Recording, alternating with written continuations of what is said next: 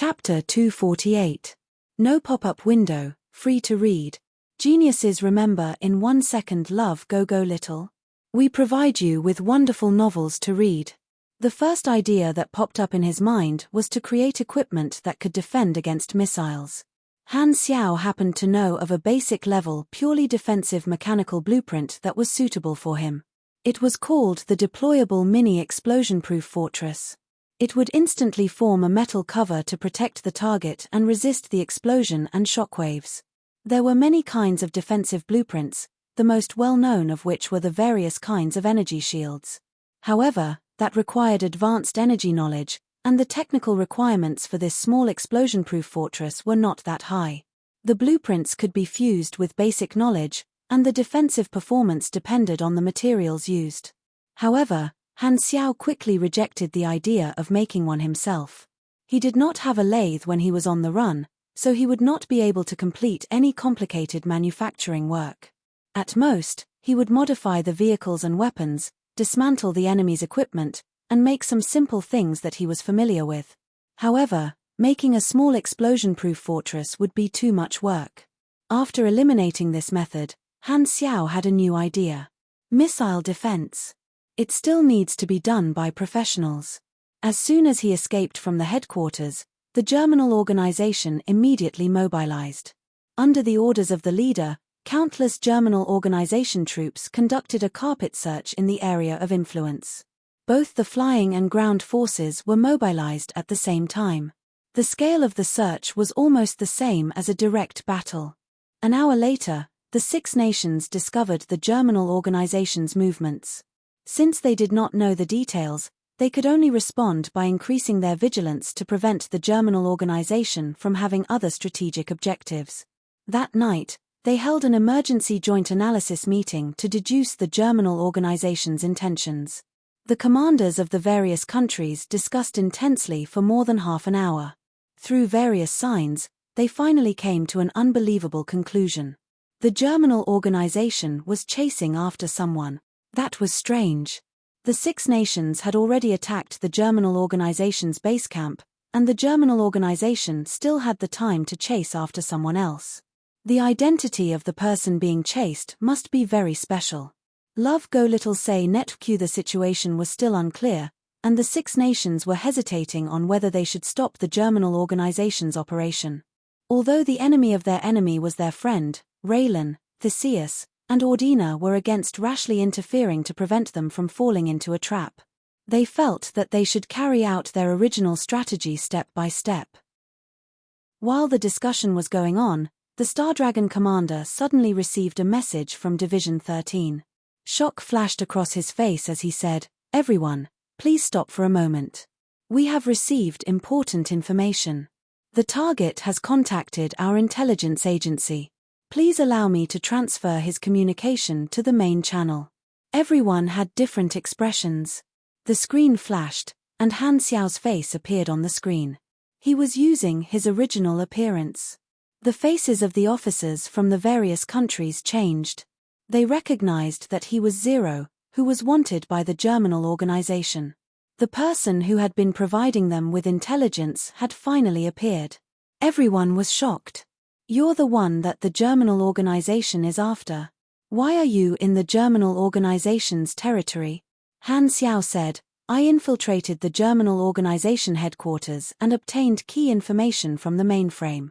All their deployments, plans, and missile deployment details are in my hands. That's why the Germinal organization is chasing after me at all costs. Now, I want to make a deal with you." Everyone looked at each other. No one had asked Zero to steal information, but he had taken the initiative to do so. How much hatred did he have for the Germinal organization? He wanted to win the war more than they did. "Speak. Send out troops to help me. Involve the Germinal organization's troops and ensure my safety. Once I am out of danger, the information will be yours." Love Go Little Say Netq. Han Xiao was prepared to use the information from the Germinal organization headquarters as a bargaining chip in exchange for the cooperation of the Six Nations. This information was originally meant for the Six Nations, but now it was being used to its fullest potential. At the beginning, Han Xiao's plan was to sneak into the headquarters and complete everything. However, Destiny's Child's prediction had led the leader to set up an ambush long ago, which deviated from his original plan. Han Xiao had no choice but to change his plan. The appearance of Destiny's Child was unexpected, but he was not depressed. Everything could not be smooth sailing. He was not afraid of accidents. He just had to adapt to the situation. An officer said coldly, "Empty words have no basis. Hand over all the information, and we will consider your terms." Chapter 249. No pop-up window, free to read. Geniuses will remember love go little in 1 second. TalkNet, providing you with interesting novels to read. The news was passed down layer by layer. The forces that were further away from the center of the war would take longer to receive the news. For example, the rogue warlord forces with limited information channels were considered to be the forces that received the news very late. The Overmera was one of them. As Theseus's partner, the Overmera family did not participate in the war directly.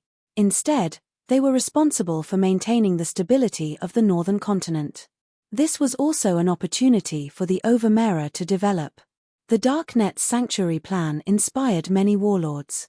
Some of the warlord forces also started to try to build something similar. Their original intention was not to protect people like Bennett but to benefit from it and gain more labor.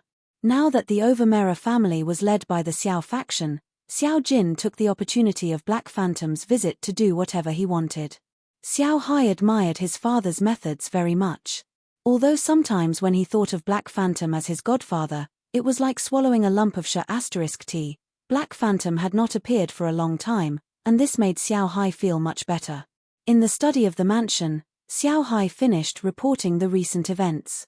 Seeing Xiao Jin deep in thought, he could not help but ask, "Father, you don't seem to be satisfied with the current situation?" Xiao Jin glanced at him. "I haven't gained a firm foothold yet. I'm still being controlled by others." "You mean Black Phantom?" Xiao Hai did not understand. "Although part of your position is due to Black Phantom, the power belongs to us. He's not here, so he can't exert too much influence on us. This happens to be where my weakness is. Black Phantom let me get the position of the head of the family, but his influence is limited. He can't control our internal decisions. The other factions seem to respect me on the surface, but in reality, they're just following my orders. Our position is not stable, so we can only use the power of the Xiao faction. The other factions have been avoiding and not contributing, so it's difficult for us to make decisions." Xiao Jin thought of Han Xiao's threat and added, "Black Phantom is not easy to deal with, and I paid the price." Love go little say W. Chu. As he spoke, Xiao Jin stood up and took out a glass of precious red maple gold leaf wine from the wine cabinet. He poured 2 glasses, passed one to Xiao Hai, and took a sip of the other. He slowly said, "Let's not talk about these. There is still a thorn stuck in the throat of the Xiao faction. Your brother Xiao Han is a wanted criminal of the Germinal organization. This is a hidden danger. Theseus's people have come to us more than once to collect relevant information. Now that the war is at its climax, all the forces are trying their best to wash away their ties with the Germinal organization, but we can't do that unless we find him and hand him over to the 6 nations." At the mention of his younger brother, Xiao Hai's expression became unnatural. Ever since he found out that Xiao Han, whom he had tricked, was still alive, he had been worried. "I heard that Zero is inextricably linked to the current situation of the Germinal organization." Xiao Hai had mixed feelings. He was the one who did not want to see Xiao Han succeed the most. He was afraid of revenge.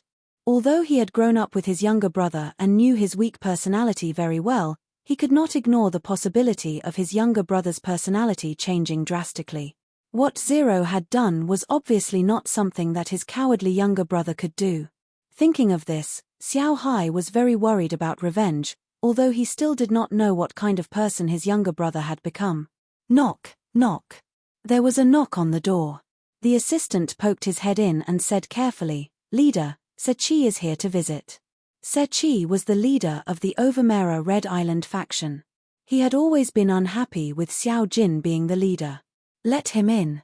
Xiao Jin frowned, put down the glass, and said slowly, "Ever since I was elected as the leader, he has not come to visit me. There must be something wrong." Xiao Hai nodded and stood aside to wait. After waiting for a while, Sechi strode in with a hearty smile on his face. As soon as he entered the door, he said loudly, "Leader." Xiao Jin did not change his expression. He nodded and invited Sechi to sit. Xiao Hai secretly sized him up. Seeing that Sechi's face had a hint of flattery, he could not help but feel strange. This natural and warm look did not seem like a person who was at odds with his father. Sechi took out a plan. This was a plan of action by Xiao Jin that required the power of the Red Island faction. Sechi had been avoiding it for a while, but now he took it out and said shyly, "I have been thinking about it for a while. This plan is very useful, and I am willing to contribute. This time, I want to discuss the specific details. Don't worry, I will definitely have someone to contribute." Xiao Hai was pleasantly surprised and thought to himself, the Red Island faction has given in and officially acknowledged the position of the Xiao faction. Xiao Jin was also a little surprised. He nodded slowly and began to discuss with Sechi. Chapter 250. No pop-up window, free to read. Geniuses will remember love go small in 1 second. TalkNet, providing you with interesting novels to read. Han Xiao's true identity attracted the attention of all the major organizations. Zero could be said to be the initiator of the war, and Black Phantom was a powerful mechanic and assassin who stood at the peak of the world. Combining the two resumes together, the major organizations seemed to see the rise of another legendary star. It had been many years since such a legendary figure appeared. Now that he had the key information that affected the war, he had become the center of the storm. Naturally, he was the center of attention. 4 days after the news was released, almost all the major organizations in the world knew about Han Xiao's identity.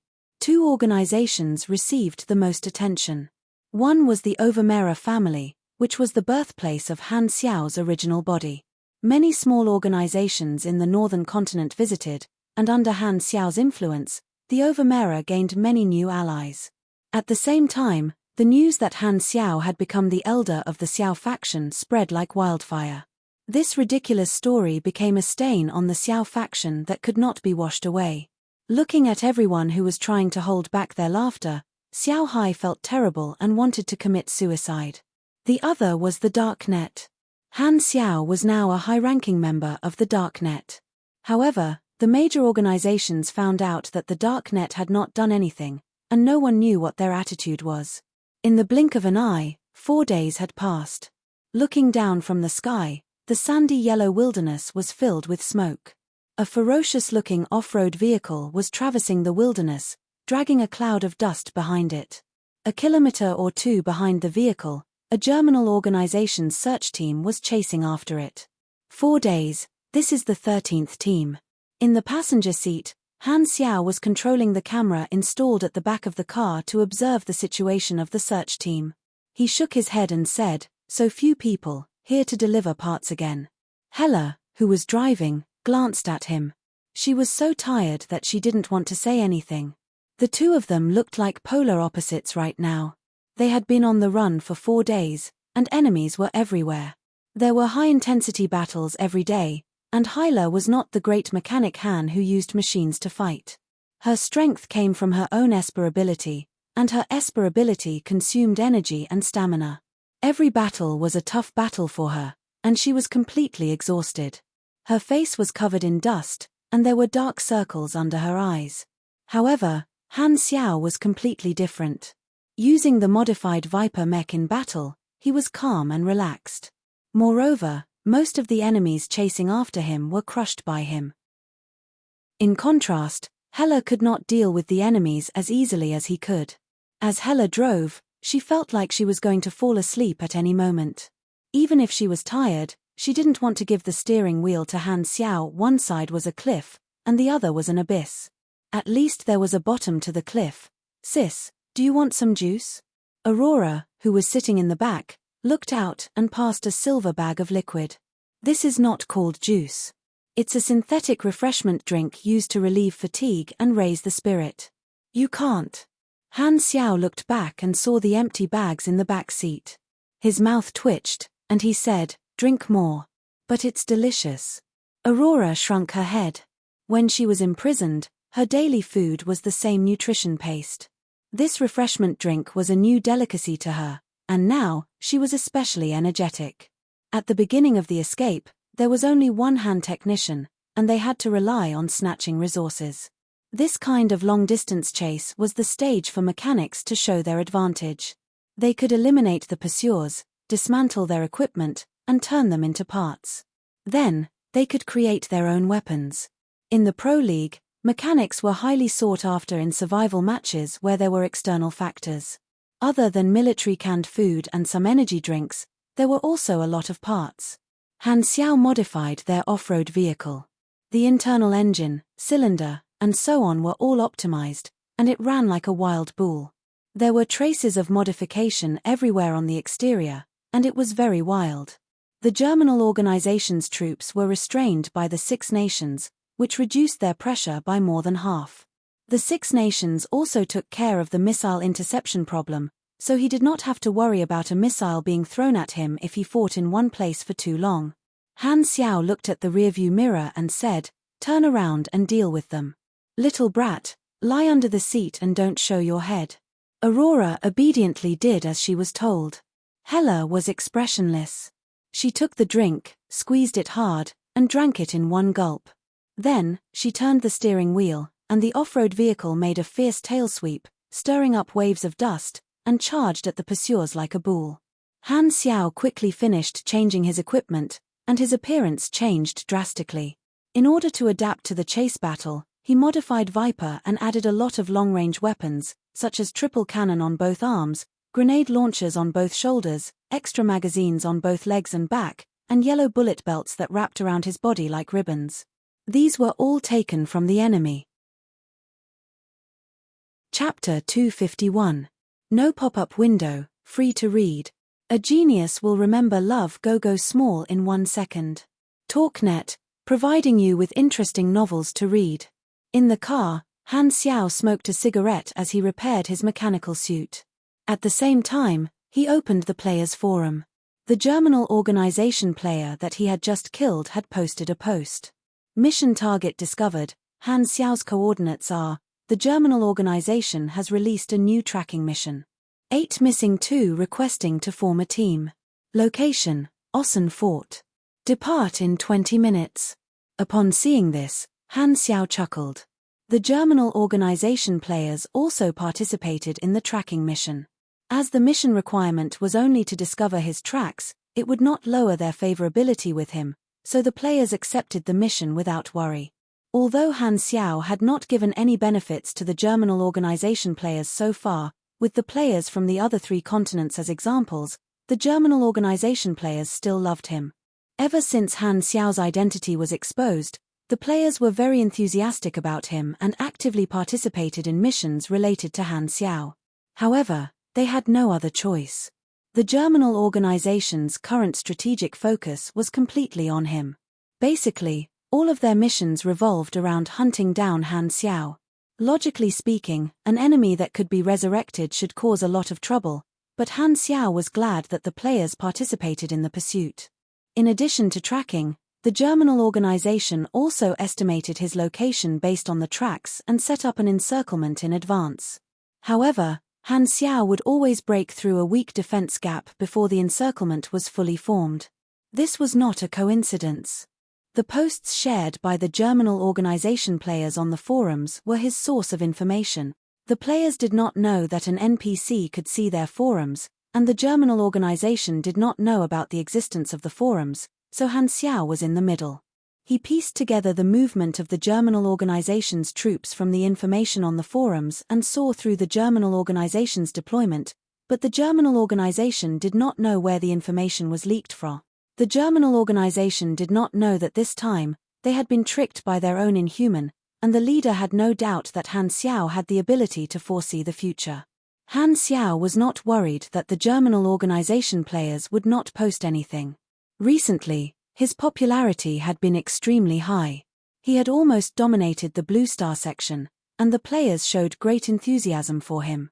He had revealed his true face. Compared to his original middle-aged salted fish uncle face, it was like the line between heaven and hell. Han Xiao successfully harvested the first wave of fangirls.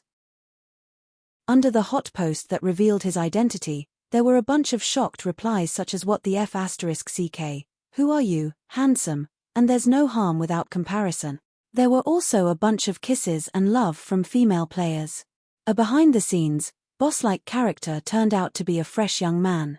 This contrast was especially easy to win the hearts of female players. Han Xiao finally enjoyed the treatment of having female fans. One had to know that when he was still Black Phantom, those who chased after him were all a bunch of nerds. However, the enthusiasm of the players was beyond his expectations. After the initial shock, the direction of the players' discussion gradually became strange. The Germinal organization players took screenshots of his escape and shared them on the forum. When the players saw that he had a big girl, a small girl, a mature woman, and a lowly with him, they instantly exploded. Why did he have to escape with 2 women? Needless to say, this had to be love. Therefore, a player with a crazy imagination came up with a love story in his head. "I was once a test subject, and I experienced inhuman torment. And in that abysmal darkness, she was the only light. Every time I saw her tall figure and cold face, the torment inflicted on me seemed to no longer be painful. Although I was only a lowly test subject, and she never smiled at me, her angry rebuke and cold eyes made me feel the warmth of spring. Could it be, this is the feeling of love? So I secretly swore that if one day I could escape and become a big shot, I would definitely stand in front of her and use the most affectionate tone to tell her, 'I love you.'" When he saw this post, Han Xiao spat out the energy drink in his mouth onto Hella. "Which perverted masochist wrote this? Which rock did you jump out from, you drama queen? Don't let me see you outside. I'll kill you back to level 0. This was only one of the versions.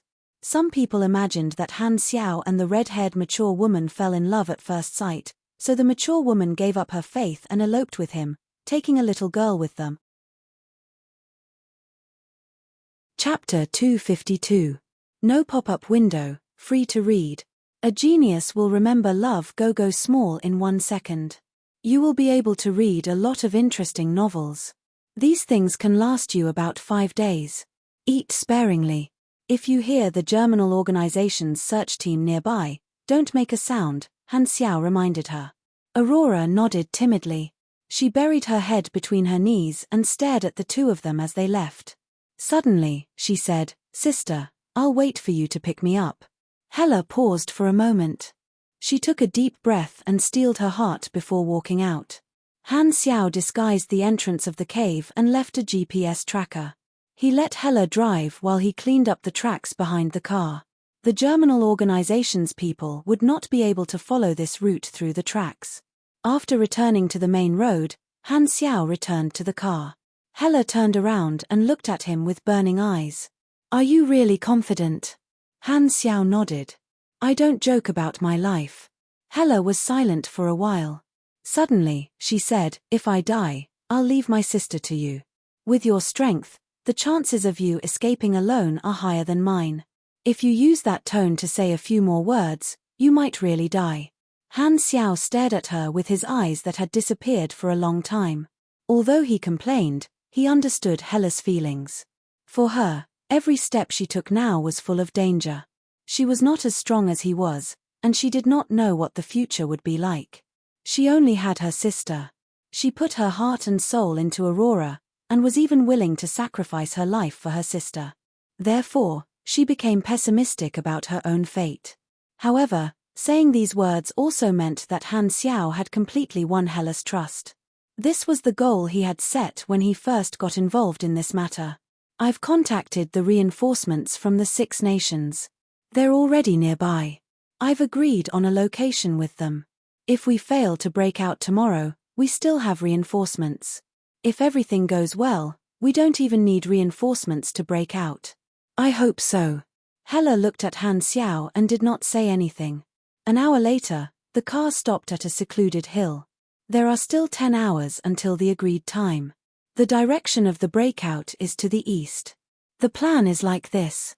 Han Xiao took out Viper and placed it in front of Hela. You will use this mecha. In these 10 hours, you must familiarize yourself with how to use the various weapons on the mecha. Hela was shocked. What about you? If we want to break out of the encirclement, we'll have to cause a commotion. I'll go blow up their vehicles and ammunition. They'll definitely be on guard against my disguise equipment, but I have an invisibility ability.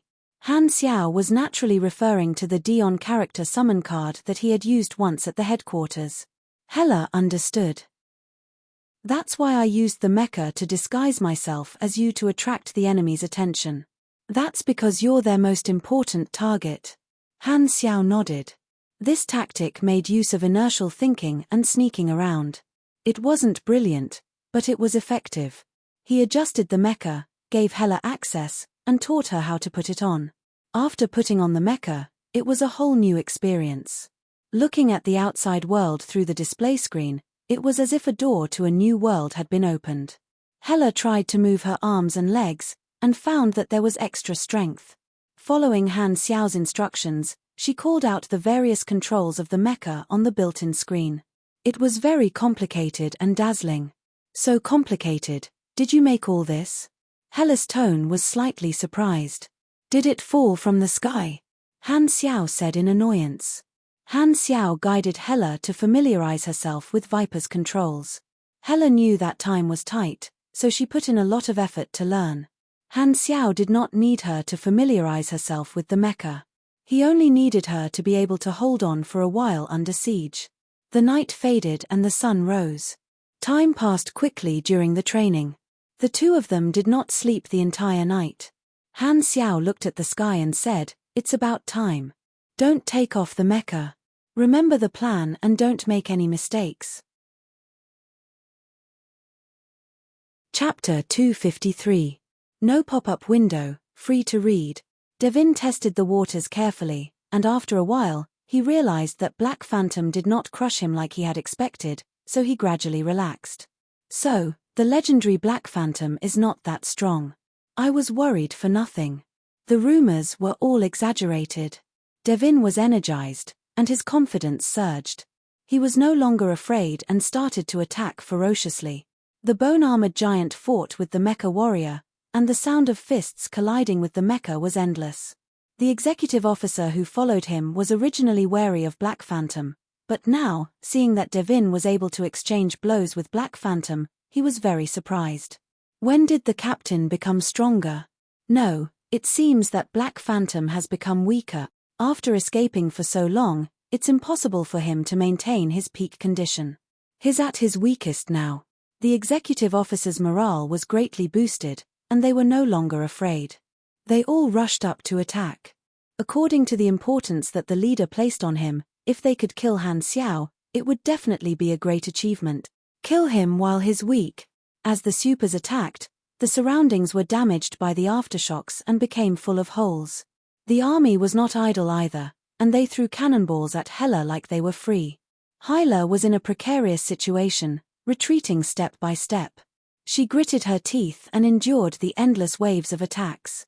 If it was her original combat style, she would not have allowed herself to be in such a situation. If not for this mechanical suit, she would have been heavily injured long ago. She was very surprised by the defensive capabilities of Viper. The leader's eyes lit up. His condition has deteriorated. Very good, there are fewer variables now. He originally wanted to use the 5 veteran executive officers to hold Han Xiao back, but he realized that Han Xiao's strength had deteriorated. He must have been exhausted from the high-intensity escape.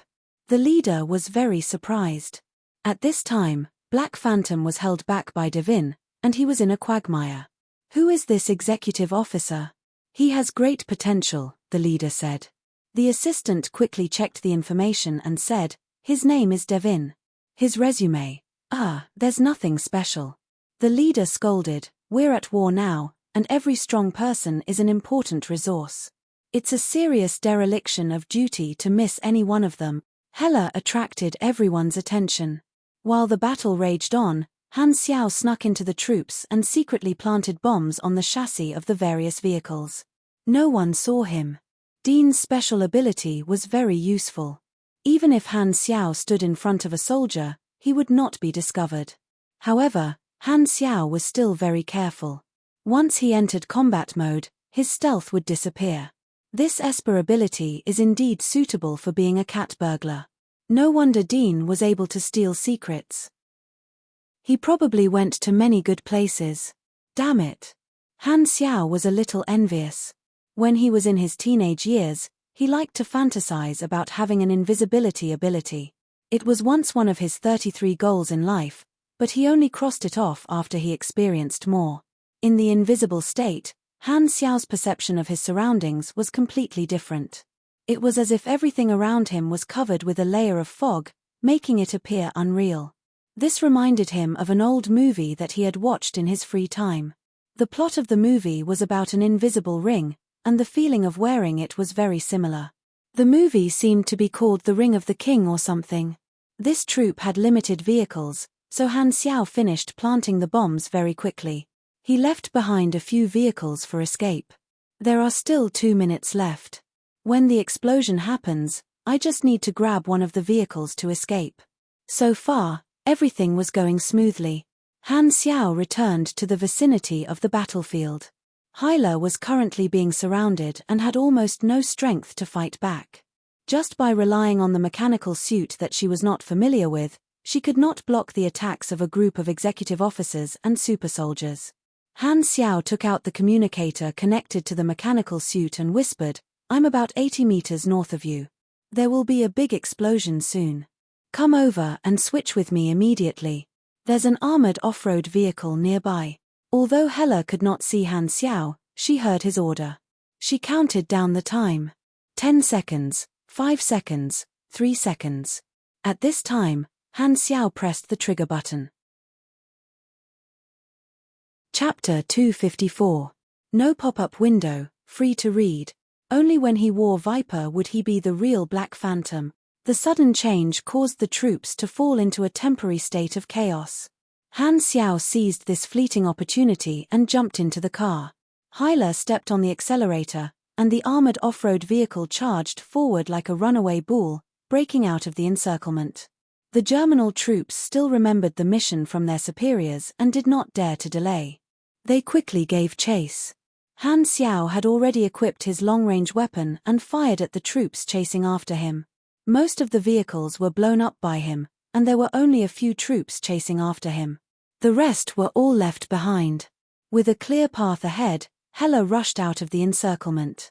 Although she was very tired, she was also excited. "We escaped." Hearing this, Han Xiao had a bad feeling. As expected, just as he finished speaking, the sound of rotors approached quickly. 3 black Harriers were approaching in a triangle formation. This is the Germinal organization's Rapid Response Force. Hela's expression changed. Luckily, there are only 3 armed helicopters. Their firepower is limited. When they get close, my ability can ignore the armor and directly kill the pilots inside. Vroom. Han Xiao's mechanical suit's built-in radar suddenly sounded an alarm. It detected 5 individuals with extremely strong life signals on the 3 helicopters. Comparing them to the database, they were all superhumans above LV-50. They were all the top combat power of the Germinal organization. These 3 helicopters were used to transport troops. If they were surrounded by superhumans of the same level, there was no way they could escape successfully. He suddenly felt depressed. "Are you poisonous? King, shut up. Do you want to die faster?" Han Xiao yelled at Hela. Then, without saying anything, he took off the Ghost sniper rifle from his back, opened it from its folded form, and fired at the pilot seat of the first helicopter. The bullet with blue electric arcs jumped out of the muzzle and flew across the sky like a thin and straight bolt of lightning. However, the electromagnetic sniper rifle that had always been successful failed this time. The bullet with electric arcs suddenly stopped in front of the window of the helicopter. It was as if there was a big hand in the air that grabbed it, and an invisible force field twisted the air. A force field ability user, at least level 55. Han Xiaoxin's heart sank as he knew that something was wrong. At this time, a middle-aged woman in a combat suit appeared from a helicopter. Han Xiao zoomed in and saw the woman's appearance clearly. She looked ordinary with a hideous scar that split her lips. Her short hair was fluttering in the wind. She stretched out her hand and aimed at the armored vehicle that had just rushed out of the encirclement. Han Xiao suddenly felt a strange vibration in the car. No, it was the ground that was shaking. The ground within a few dozen meters started to ripple like waves, and a protruding rock slope suddenly appeared in front of them. The armored vehicle couldn't avoid it in time and drove up. The slope became narrower and narrower, and in the end, the entire vehicle shook and was pushed up by the protruding rock slope. It hung in the air more than 20 meters above the ground, and the wheels turned and stopped. The inertia almost caused the two people in the car to fly out. At the same time, the helicopters flew close to the ground and aimed at the armored vehicles that were unable to dodge and fired a few shipborne rockets. Han Xiao and Hela hurriedly abandoned the car and dodged. Rumble. The armored vehicles and the rock slope were blown into a burning ball of fire, and the rocks and metal fragments flew everywhere. 5 people jumped down from the helicopters, and they were the 5 senior executives. They rushed towards the 2 people. They looked different, but the one thing that they had in common was that they had a very strong aura. In order to avoid the explosion, the 2 people just fell to the ground. Hela's eardrums were still hurting. She struggled to get up and looked at the 5 executives. She gritted her teeth and said, "It's them, the senior executives in the organization, the hidden high-end combat power. The organization won't send them out unless it's an important mission." 5 of them appeared at the same time. "We are in trouble." 2 of them, Spirit Shield, Jeros controls the force field, Hand of Earth, Inris controls the soil, and 3 martial artists. They are, if you have time to talk, you might as well run. BR. Chapter 255. No pop-up window, free to read. Suddenly, within a 2-kilometer radius, all the corpses floated out of the grey fog and gathered on Hela's body. Hyla suddenly opened her eyes, but her pupils were no longer dark red. Instead, they were a deep grey. The sound of bones cracking could be heard from her body, and her injuries began to heal. In just a few breaths, the broken bones were basically fixed, and the shocking wound on her abdomen closed and formed a scab. "Ha, not dead." Han Xiao was pleasantly surprised. Looking at this scene, isn't this the legendary undying cockroach's little universe? What can't kill me makes me stronger, just like the close combat mage Gandalf who directly leveled up to a white robe after narrowly escaping death. As expected of the future goddess of death, use your peerless skill, sister. Hela sat up, and the grey fog dissipated, and her pupils returned to normal. She coughed violently and was extremely weak. "Go, don't worry about me, my condition is too bad." Han Xiao's mouth twitched.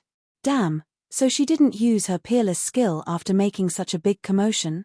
Isn't this just a joke? I was happy for nothing, you're too weak. Oh right, I remember that she has a special ability called Ignore Instant Death, which allows her to gain a special status when her HP is lower than 1%. I thought it was an attack that ignored instant death, but it turns out that it's a recovery from near death. Her vitality is really tenacious. This ability must have a cooldown limit. Han Xiao thought to himself. He was surrounded by enemies, and his condition was not good. Hela had also become a burden, and her situation was extremely bad. "Didn't you say that you would abandon me when necessary? Now is the time, hurry up and go." Hela's face was pale, and she used all her strength to force the words out from between her teeth. She pressed her palms on Han Xiao's chest, trying to push him away. "Okay." Han Xiao nodded decisively. He was not the kind of person who was wishy-washy. This was the best choice in front of him, and there was no point in staying. He would not make such a futile choice.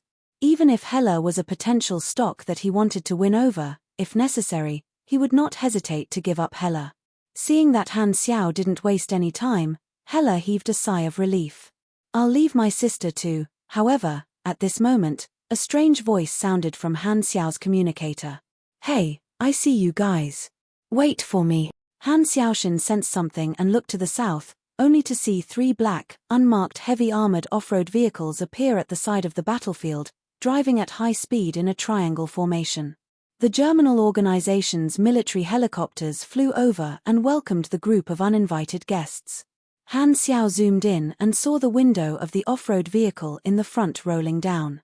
A pale female hand reached out, wearing a string of red pearls on her wrist. The next moment, a raging flame ignited in his palm out of thin air, instantly turning into a roaring flame dragon that swept across the sky, turning several armed helicopters into exploding balls of fire. Boom! The helicopter fell. 3 cars drove past the burning wreckage. The reinforcements are here. Han Xiao felt as if a huge rock had been lifted from his heart. He patted Hela's face and smiled. Looks like you don't have to stay and wait for your death. The reinforcements were all elites selected by the 6 nations. They were all superhumans, and they were all well equipped. The 3 heavy armored off-road vehicles rampaged into the battlefield, tearing apart the encirclement of the Germinal organization's troops. The female Esper who could control flames wantonly unleashed a sea of flames. This was not a simple flame, but a special flame born from energy. Once it hit the target, it would explode. It was called explosive flame, and it was one of the more powerful types of flame espers. With just one look, Han Xiao could tell that this woman was a grade C esper. The Germinal organization's troops were preparing to turn their muzzles, but the 3 heavy armored off-road vehicles spat out smoke at the same time, quickly filling half of the battlefield and obscuring their vision. The Germinal organization's troops suddenly lost their target, and they could not even see their comrades. They could only see less than 1 meter. Coughing sounds could be heard in the thick smoke, and the smoke contained irritating components similar to tear gas. Where is the enemy? I can't see. Cough cough, it's too choking. Cough cough.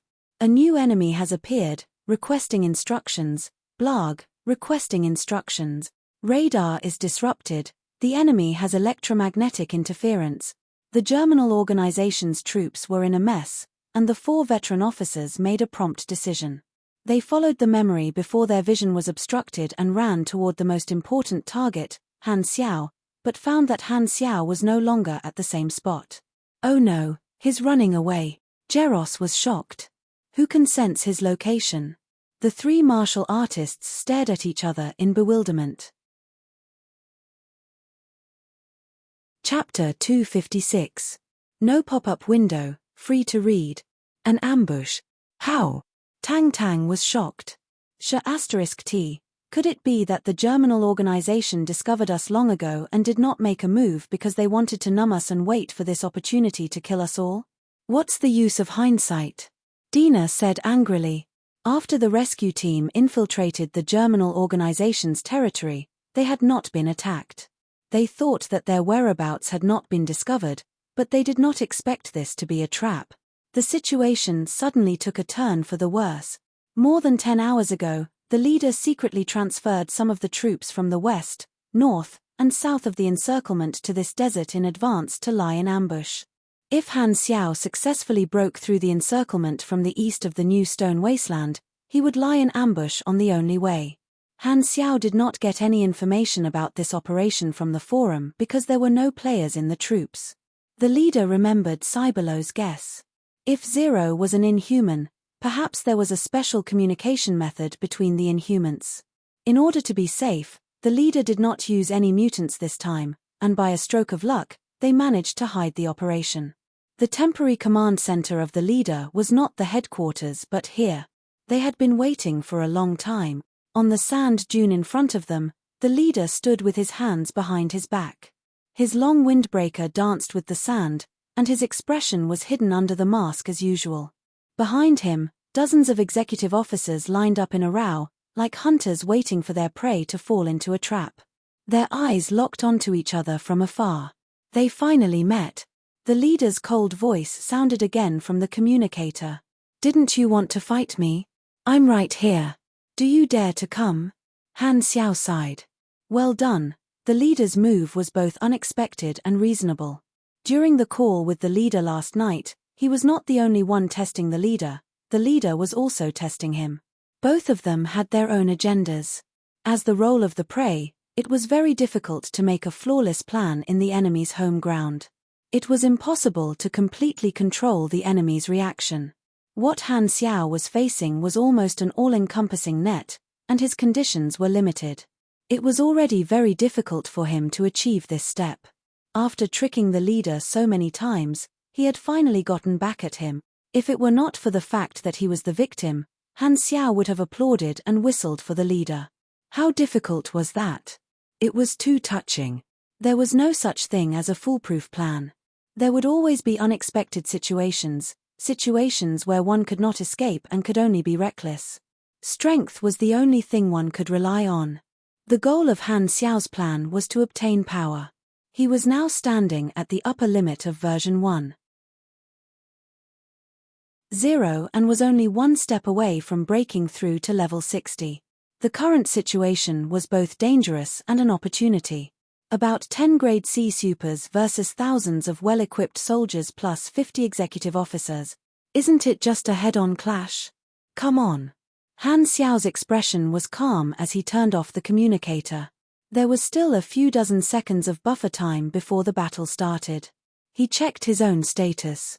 Viper Modified has 61% durability remaining, roughly 4,200 armor points, and over 3,800 HP remaining, roughly 87%. Above average condition. In the Mission tab, the additional calculation for the battle just now had also been received. The ultimate trial had reached 815-2000 progress. The enemy has a lot of people, and their firepower is fierce. Our advantage is that our individual combat power is strong, and we can suppress the enemy in terms of high-end combat power. Han Xiao calculated in his mind, and hoped that his teammates who had not yet appeared would be more helpful. A new mission suddenly appeared on the interface. You have triggered a Grade C special mission, the Traitor's Counterattack. Mission requirements: defeat the leader of the Germinal organization with a damage output of no less than 60%. Mission reward: draw 2 skills or talents from the leader. Han Xiao's eyes flashed. Damage output of no less than 60%. That's a little difficult. Han Xiaoxin calculated. He had not fought the leader yet, so he had not seen his attributes. However, the leader was also a main character in the Blue Star storyline like Bennett, so he would definitely be extraordinarily strong. With his current condition, it would be difficult for him to even take out a third of the leader's health if he did not go all out, let alone defeat the leader. There was interference everywhere on the battlefield, so there might not be a chance for him to fight the leader alone. However, although the difficulty of the mission was high, the reward made Han Xiao envious. He could draw 2 skills or talents from the leader. As one of the main characters of the planet, the leader would definitely have a molding skill or molding ability. He might even have the legendary Super Luck Halo. However, he then recalled the tragedy of the Germinal organization and said with uncertainty, he should have the Luck Halo. At this time, the 3 vehicles accelerated at the same time and rushed toward the enemy. Tang Tang said in a deep voice, "Everyone, prepare for battle. This is a chance to wipe out the high-end combat power of Zero and the 6 nations in one fell swoop." On the sand dune, the leader looked down at the 3 heavy armored off-road vehicles approaching. He only had a dozen hours to mobilize the troops, and heavy vehicles like tanks would not be able to move over. The main force of the ambush was thousands of soldiers and temporary positions, forming a cover fire. Then, there were more than a dozen armed helicopters, and finally, the leader himself and dozens of executives as high-end combat power. Open fire! In an instant, the sound of guns and cannons rang out like thunder. A black rain of bullets came from all directions, filling up every inch of space. The support troops in the center were like trapped beasts. At this time, an oval purple translucent energy shield opened and enveloped the 3 vehicles. The overwhelming barrage of bullets exploded on the energy shield one after another. The energy shield flickered continuously as if it would disappear at any time, but the 3 vehicles were not damaged at all. The high-speed movement scattered the thick smoke of the explosions, leaving behind a trail of black smoke. There was a minefield buried under the desert, causing yellow sand to fill the sky. The light of the energy barrier became even dimmer. The source of the energy shield was the vehicle on the left rear. It was the Esper ability of an unknown teammate. Under the protection of the energy shield, they approached the Germinal organization troops safely. Ordina, protector of the purple light, Far's horde. The leader's tone was calm. He had an impression of all the famous elites of the Six Nations, and he could guess who they were at a glance. The identity of the possible opponents were all under his control. The support troops were about to rush into the position, but the leader did not panic at all.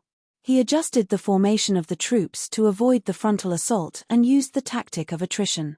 He knew that ordinary troops would not be able to stop a group of powerful superhumans from approaching, so he was prepared.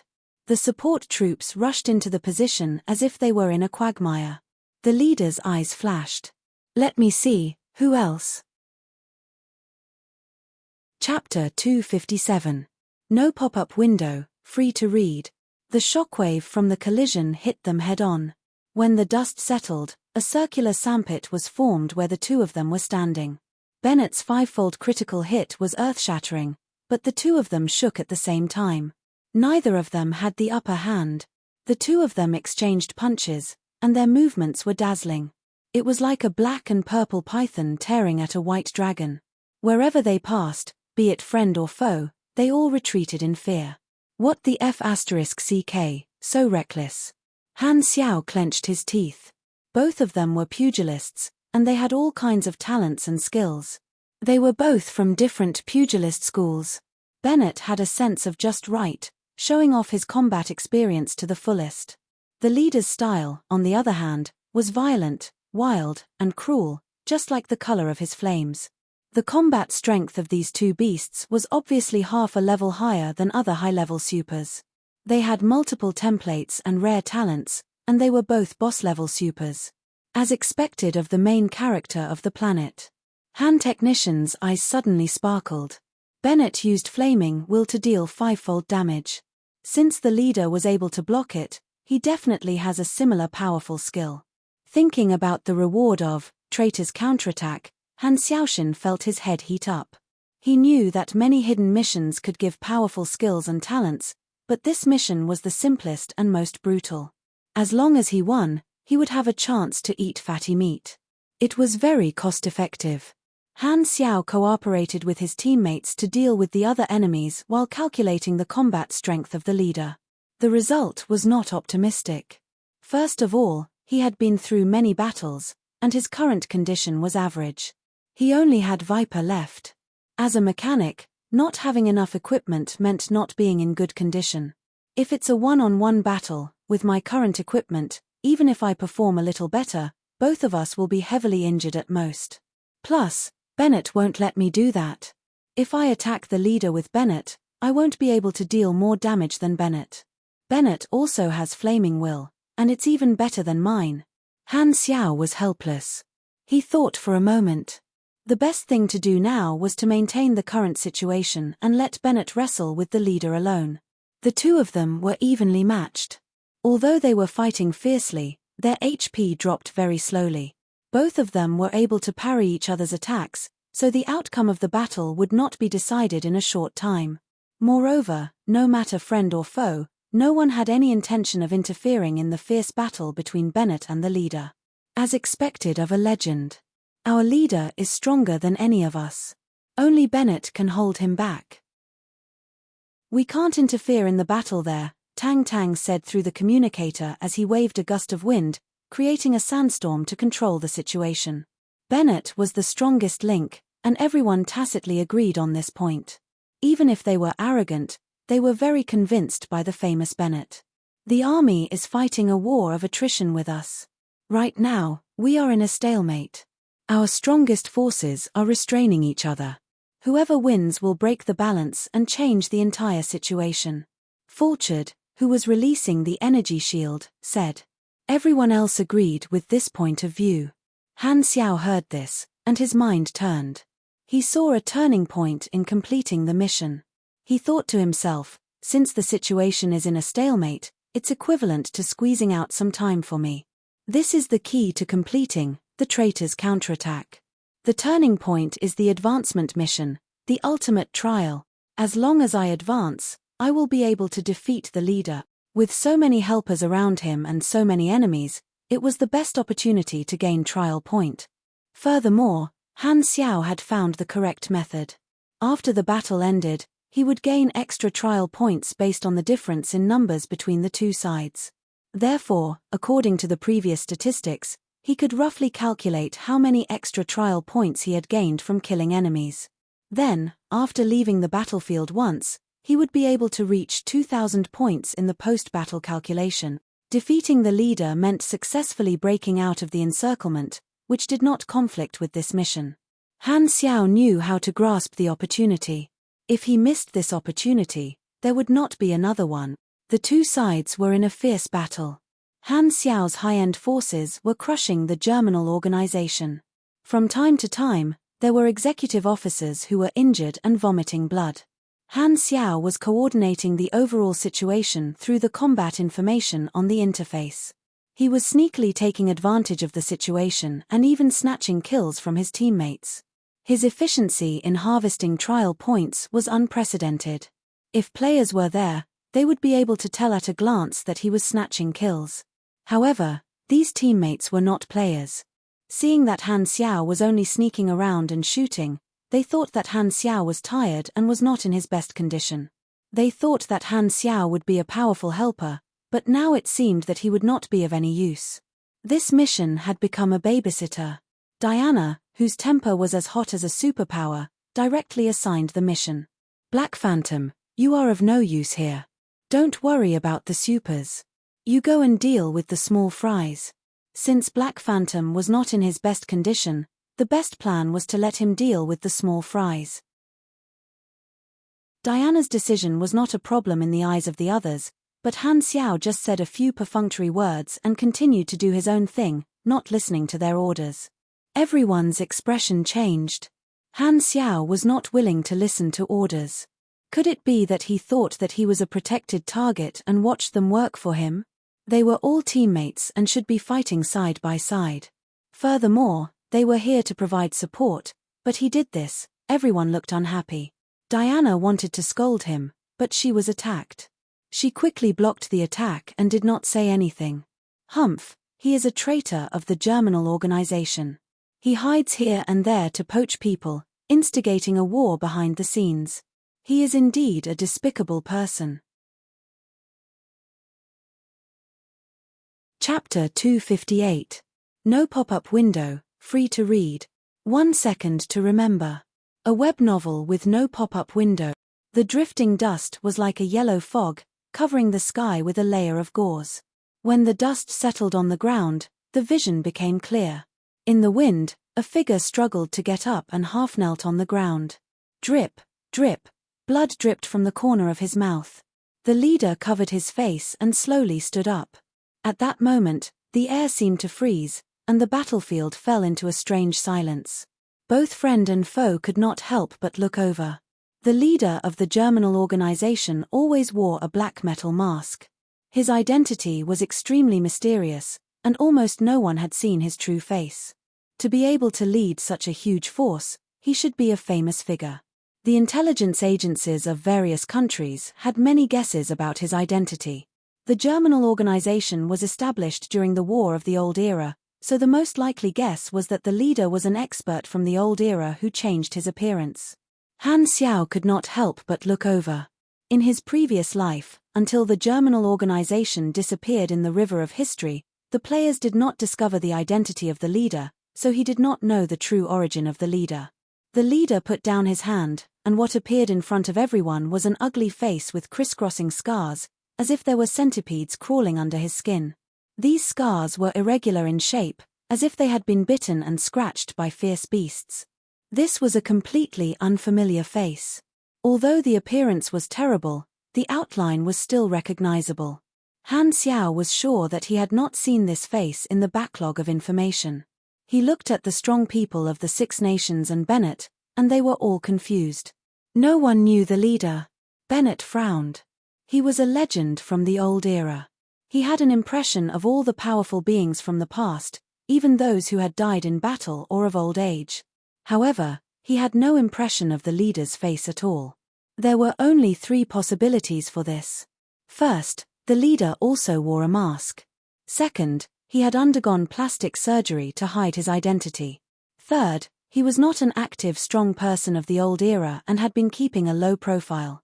His face was exposed, but the leader was expressionless, as if he did not care. No one knows him? Then is he wearing a mask because he is afraid that this face will affect the morale? Han Xiao frowned.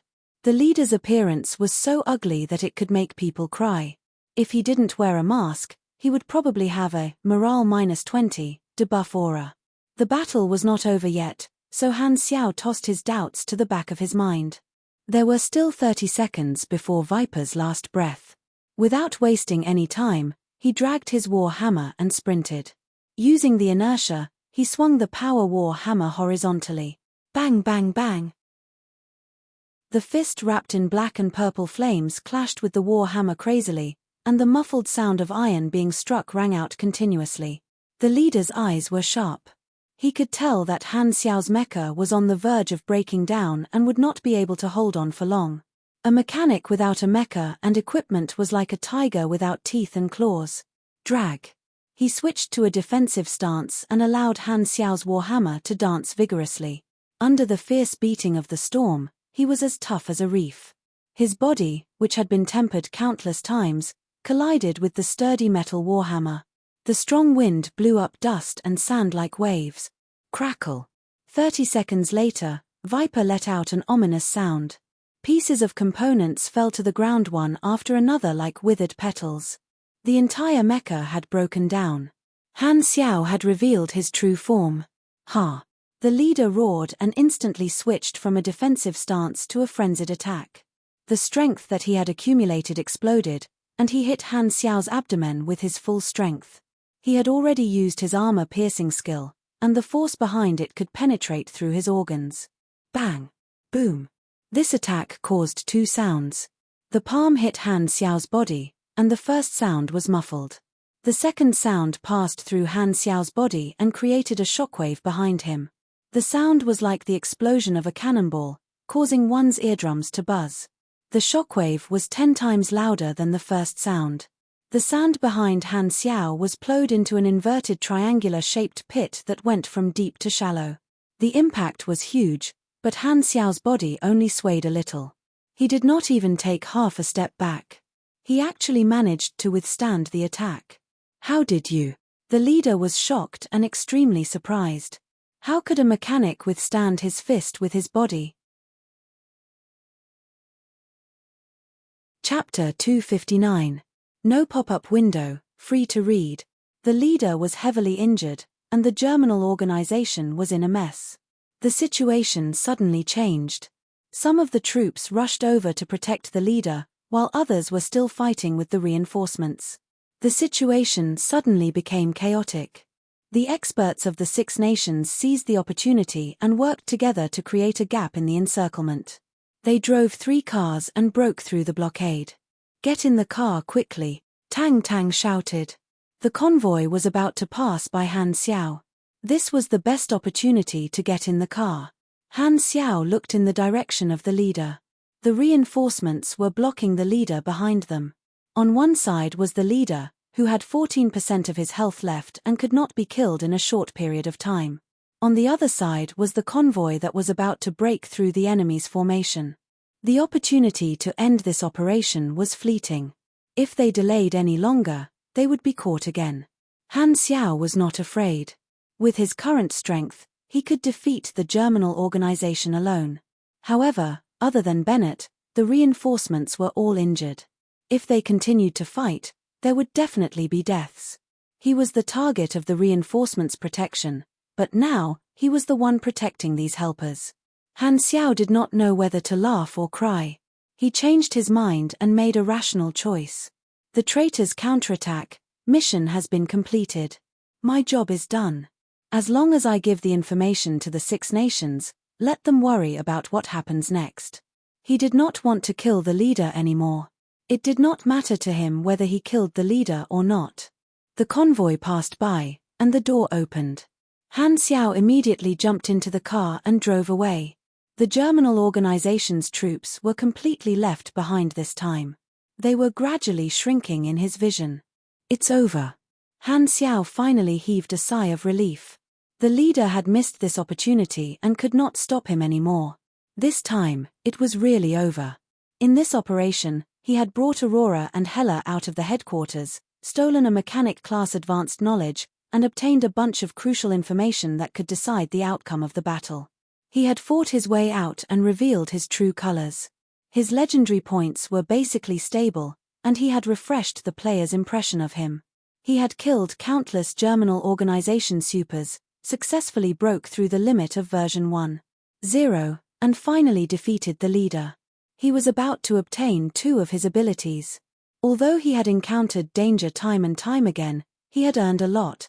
Han Xiaoshan suddenly wanted to see the expression on the leader's face, so he stuck his head out of the window and looked back. On a sand dune in the distance, the leader clutched his chest and swayed unsteadily. His figure was bleak. Looking into the distance, Han Xiao and the leader looked at each other. The leader was expressionless. His fanfare was futile. He should have been excited, but Han Xiao saw a complicated emotion in his eyes. There was only pain, discouragement, dejection, and an indescribable sense of relief. It was as if he had exhausted his will to fight and no longer had the strength to feel hatred and anger. Han Xiao was a little puzzled. He was suddenly curious about the experiences of the leader. Leading the Germinal Organization, raising the flag of overthrowing the ideals of the Six Nations, why did he do all this? What kind of person was he? Ambitious? Cruel and vicious? No bottom line. They had been enemies for so long, but in reality, he knew very little about the leader. Right, I don't even know his name yet. Han Xiao paused for a moment before looking over again. The leader also looked at him from afar. This exchange of glances was like pressing the pause button, freezing time and space. It was like turning into a painting. This was the first time he had met the leader face to face. It was also the last time. Later, the experts of the Six Nations present repeated the experience of the operation and leaked it to the world. After the war ended, the various countries found that this was the turning point of the entire war. The last gaze between Zero and the leader was of great historical significance, and it was recorded in the history of Blue Star. At night, the stars were bright, and the moon was bright. The bright Milky Way hung high in the sky, and the clear silver light shone on the hills. There was no need for any other source of light to see clearly at night. 3 cars were parked at the top of a hill, hidden in the sparse forest. The engines were off, and the surroundings were quiet. Everyone got out of the cars and sat on one side, munching on dry food, bandaging their wounds, and whispering to each other. After the fierce battle in the day, everyone decided to stop and rest. After driving out of the desert, they came to this hill. Further out was the edge of the battlefield between the Six Nations and the Germinal Organization. The Germinal Organization's control in this area was limited, and the defense was not as tight as in the hinterland. The pursuit team mobilized by the leader had suffered heavy losses, and the road ahead was already smooth. This time, there would be no more accidents. Chapter 260. No pop-up window, free to read. You have received, recoil, thorns. You have received, steel body. A wave of numbness flowed through his entire body like an electric current. Han Xiao's spirit was lifted. He stretched out his arms and felt that his body had become stronger. He clenched his fist and pounded his chest twice, making a thick muffled sound. I'm walking further and further down the road of being a meat shield. Han Xiaoshan was very happy, very satisfied with this round of harvest. This was the second molding ability that he had obtained. True damage ignored defense reduction and directly dealt damage to the interface. For example, the theoretical damage of an attack was 100 points, but when it actually landed on the target, it would be reduced by the target's defense. True damage, on the other hand, ignored defense and directly dealt 100 points of damage. With this ability, his HP would be more secure, and he would become more and more like a boss. After tidying up his attribute interface and leveling up, magnetic ring mechanic, to the max level, he still had 125 million EXP left. He then leveled up the 2 new skills, machinery continuation, and recoil thorns, to the max level and spent another 13 million EXP. He also obtained 2 more potential points. The more potential points, the better. These 2 abilities were very useful. Machinery continuation was not worth mentioning. Its effect was comparable to a mechanical Viagra. Recoil thorns could be used as a strong defensive skill. When faced with an attack that was too strong, it could be used to offset a portion of the damage. Magnetic ring mechanic had been maxed out, and a new class advancement condition had appeared. As expected, Han Xiao's eyes flashed. The class advancement requirements for certain stages of the main class were fixed. He currently had 4 stages of the mechanic class: mechanic novice, mechanic apprentice, mechanic trainee, and magnetic ring mechanic. The class advancement requirements for all mechanic class players were the same. Only by learning enough advanced knowledge and having a high enough intelligence could one enter the next stage. My intelligence attribute is 321 points, and my free attribute is 40 points. In that case, I'm still 39 points away from the requirement. That's why I need to look for a subclass and grind my level to level 80. Even though he had put all his points into intelligence, he still could not meet the requirements for the class advancement. As for the mechanic players who did not know, they could only bitterly look for more subclasses. The level cap in version 20 was level 90. The higher the level, the more experience required to level up the subclass. Therefore, if the subclass requirements were not met, they would have to pay a higher price. If the subclass took up too much of the total level, their combat strength. In his previous life, there were some players who only met the requirements to change their class after reaching level 80. Their main class had only leveled up a few times before they reached the upper limit of the version. Unsurprisingly, PvP was the place that these players hated the most. Han Xiao threw all 40 free attribute points into intelligence and muttered, "I also need to find a subclass. My strength has already surpassed the version requirement, so there's no need to rush to level up. It's best to find a rare subclass. That way, I'll have more free attribute points and complete the class change requirement with the lowest level." He was not worried about the advanced knowledge. His growth speed had exceeded the version, which was why it was difficult to obtain the advanced knowledge. He would get it sooner or later. "Hey, Black Phantom, can you return my weapon to me?" Someone called out to him from behind. Havalan walked over and asked. He was the mechanical pugilist who used the power hammer. The power hammer was still in Han Xiao's hands, and he had not returned it to him. Han Xiao turned around and said righteously, "Well, I've checked it before. Your weapon has a serious malfunction. I'll return it to you after I fix it." What he meant was, I'll return it to you after I figure out the blueprint. Havalan had a suspicious look on his face. Malfunction? It was fine when I used it. It's a battle. Injuries are inevitable. This is a secret product of the Theseus military. My superiors told me not to leak it. Havalan was troubled. Han Xiao was a mechanic, so he was very worried. Han Xiao said righteously, "That's not right. Do I look like that kind of person? We're teammates now." He did not feel guilty at all. Teammates had to be sold. Otherwise, what was the difference between him and a salted fish? Havalan hesitated for a few seconds and sat back down helplessly. Chapter 261. No pop-up window, free to read. Dark, damp. A rotten smell filled the air, and the cold air penetrated deep into the bones. In the pitch-black cave, a petite body curled up like a cub, shivering slightly. Aurora carefully tore open a bag of military biscuits. Her actions were very slow, and she had to pause for a while after tearing open every bit, worried that she would make a sound and attract the enemy.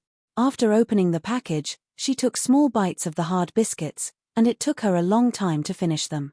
In reality, this little bit of sound would not come out of the cave, but she still remembered Han Xiao's instructions and did not dare to make a sound. This is already the 13th meal. Aurora thought to herself.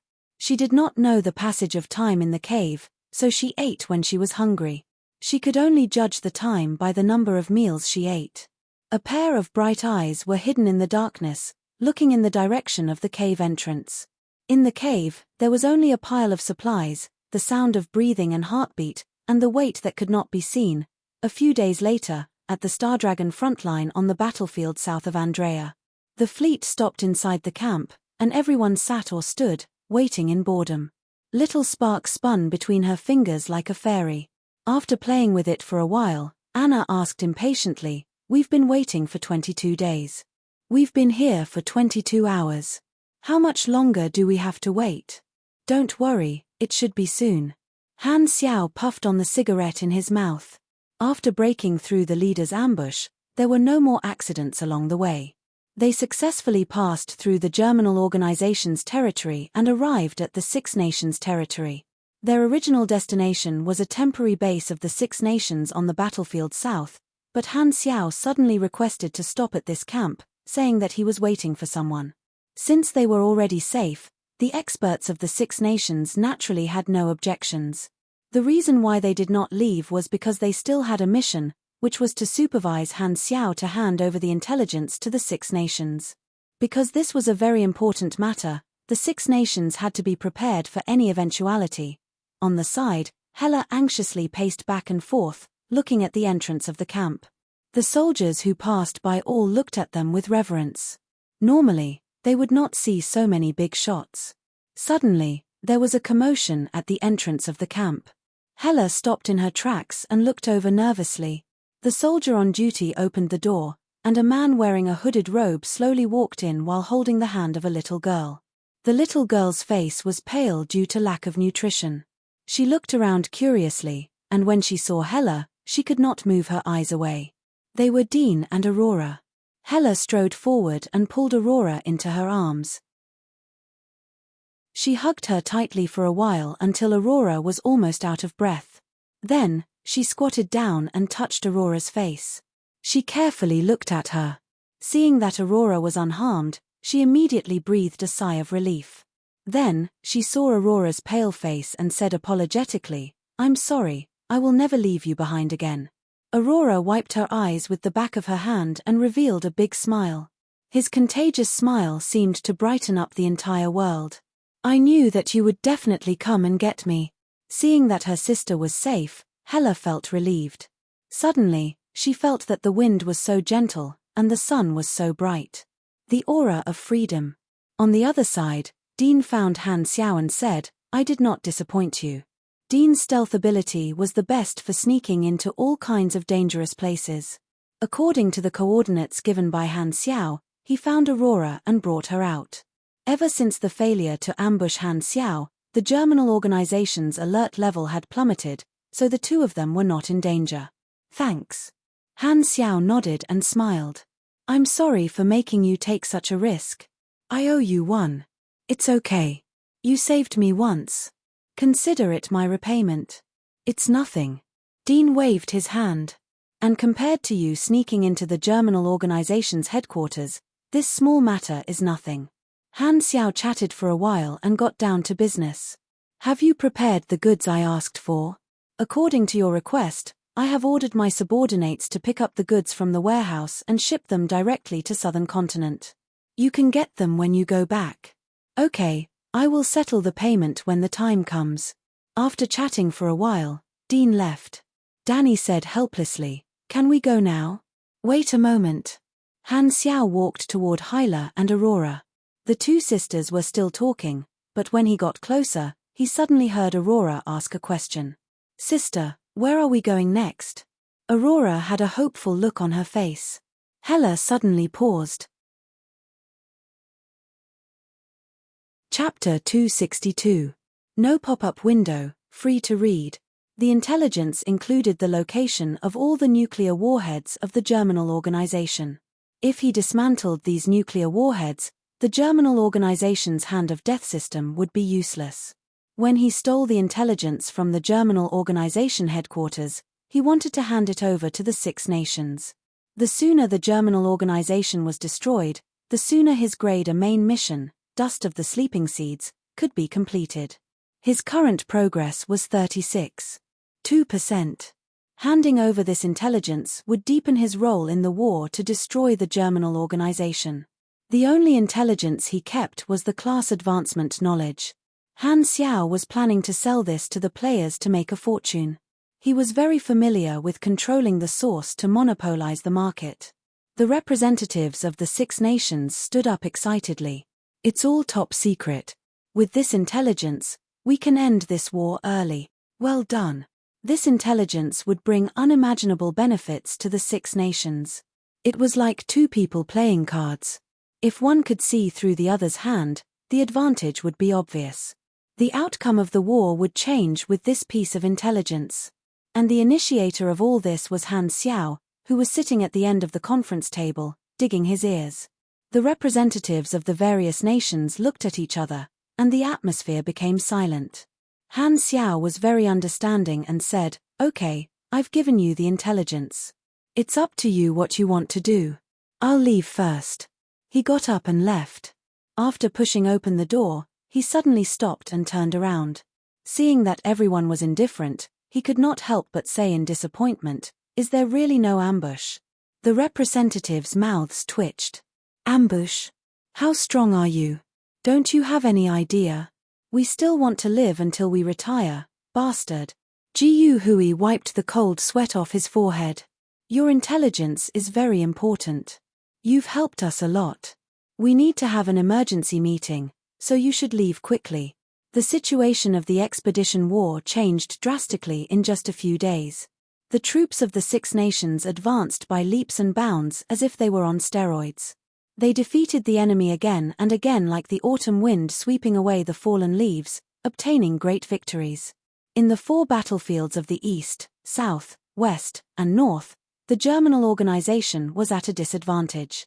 The entire world was paying attention to the battle and was shocked by the sudden change. After many inquiries, they found out that it was Han Xiao who had leaked the stolen information to the 6 nations. When Han Xiao's true identity was exposed some time ago, he was surrounded and became the focus of the battle between the Germinal organization and the 6 nations. Han Xiao was in the middle of the encirclement, and it was like he was in the eye of the wind, surrounded by an even stronger wind. The battles on the various fronts had reached a climax, and a large number of the Germinal organization's troops were being held back by the 6 nations. That was why they did not have enough troops, and the long-range bombing missiles launched into the sky were all intercepted by the 6 nations. At that time, the various forces had a premonition that if Han Xiao could escape, it would change the entire situation. As expected, he became the turning point of the entire war. He was the one who started the war in the dark, and the one who was going to end the war was also him. All the powers were astonished. He deserved the title of a legend. Because they had the upper hand in the war, the 6 nations also started to broadcast the situation of the war in their own countries to reassure the people and announce that the war was about to end. The people of the various countries all felt relieved, and the pressure on their countries was also relieved. Of course, the media could not avoid adding details to the Germinal organization's deeds. Although the Germinal organization was already bad enough, they still habitually added to it, emphasizing that the expedition was absolutely righteous, politically correct, and protecting the country. The Blue Star players were even more aware of the changes in the war, and the most direct feeling was that there were fewer missions. Originally, with Han Xiao's help, the conflict between the 6 nations and the Germinal organization had broken out earlier, so the players' influence on the storyline would be minimized. At least the players had something to do, but the war suddenly went smoothly. Now, even being a spectator had become a luxury, and the players were completely reduced to spectators. The Germinal organization players were an exception. Their missions had increased, and at the same time, their experience of failing missions had increased. According to the increase ratio of the number of missions to the number of failures, they seemed to have suffered a loss. The players from both sides fought a lot. The 6 nations players were gloating on the forums, and the Germinal organization players were crying but had no tears. Why? Black Phantom wants to hurt us again and again. Chapter 263. No pop-up window, free to read. It was 10 minutes past the agreed time, but the power plant still hadn't exploded. The bandits were anxious. Have the people who blew up the power plant been caught? We haven't heard from them for so long. The crooked mouth man made a few phone calls, but they were all busy. No one answered. His accomplices were obviously thinking of retreating. We've been exposed. Let's go quickly. If the people who blew up the power plant are caught, they will expose us. The crooked mouth man's eyes were fierce. He shouted in a low voice, "What are you panicking for?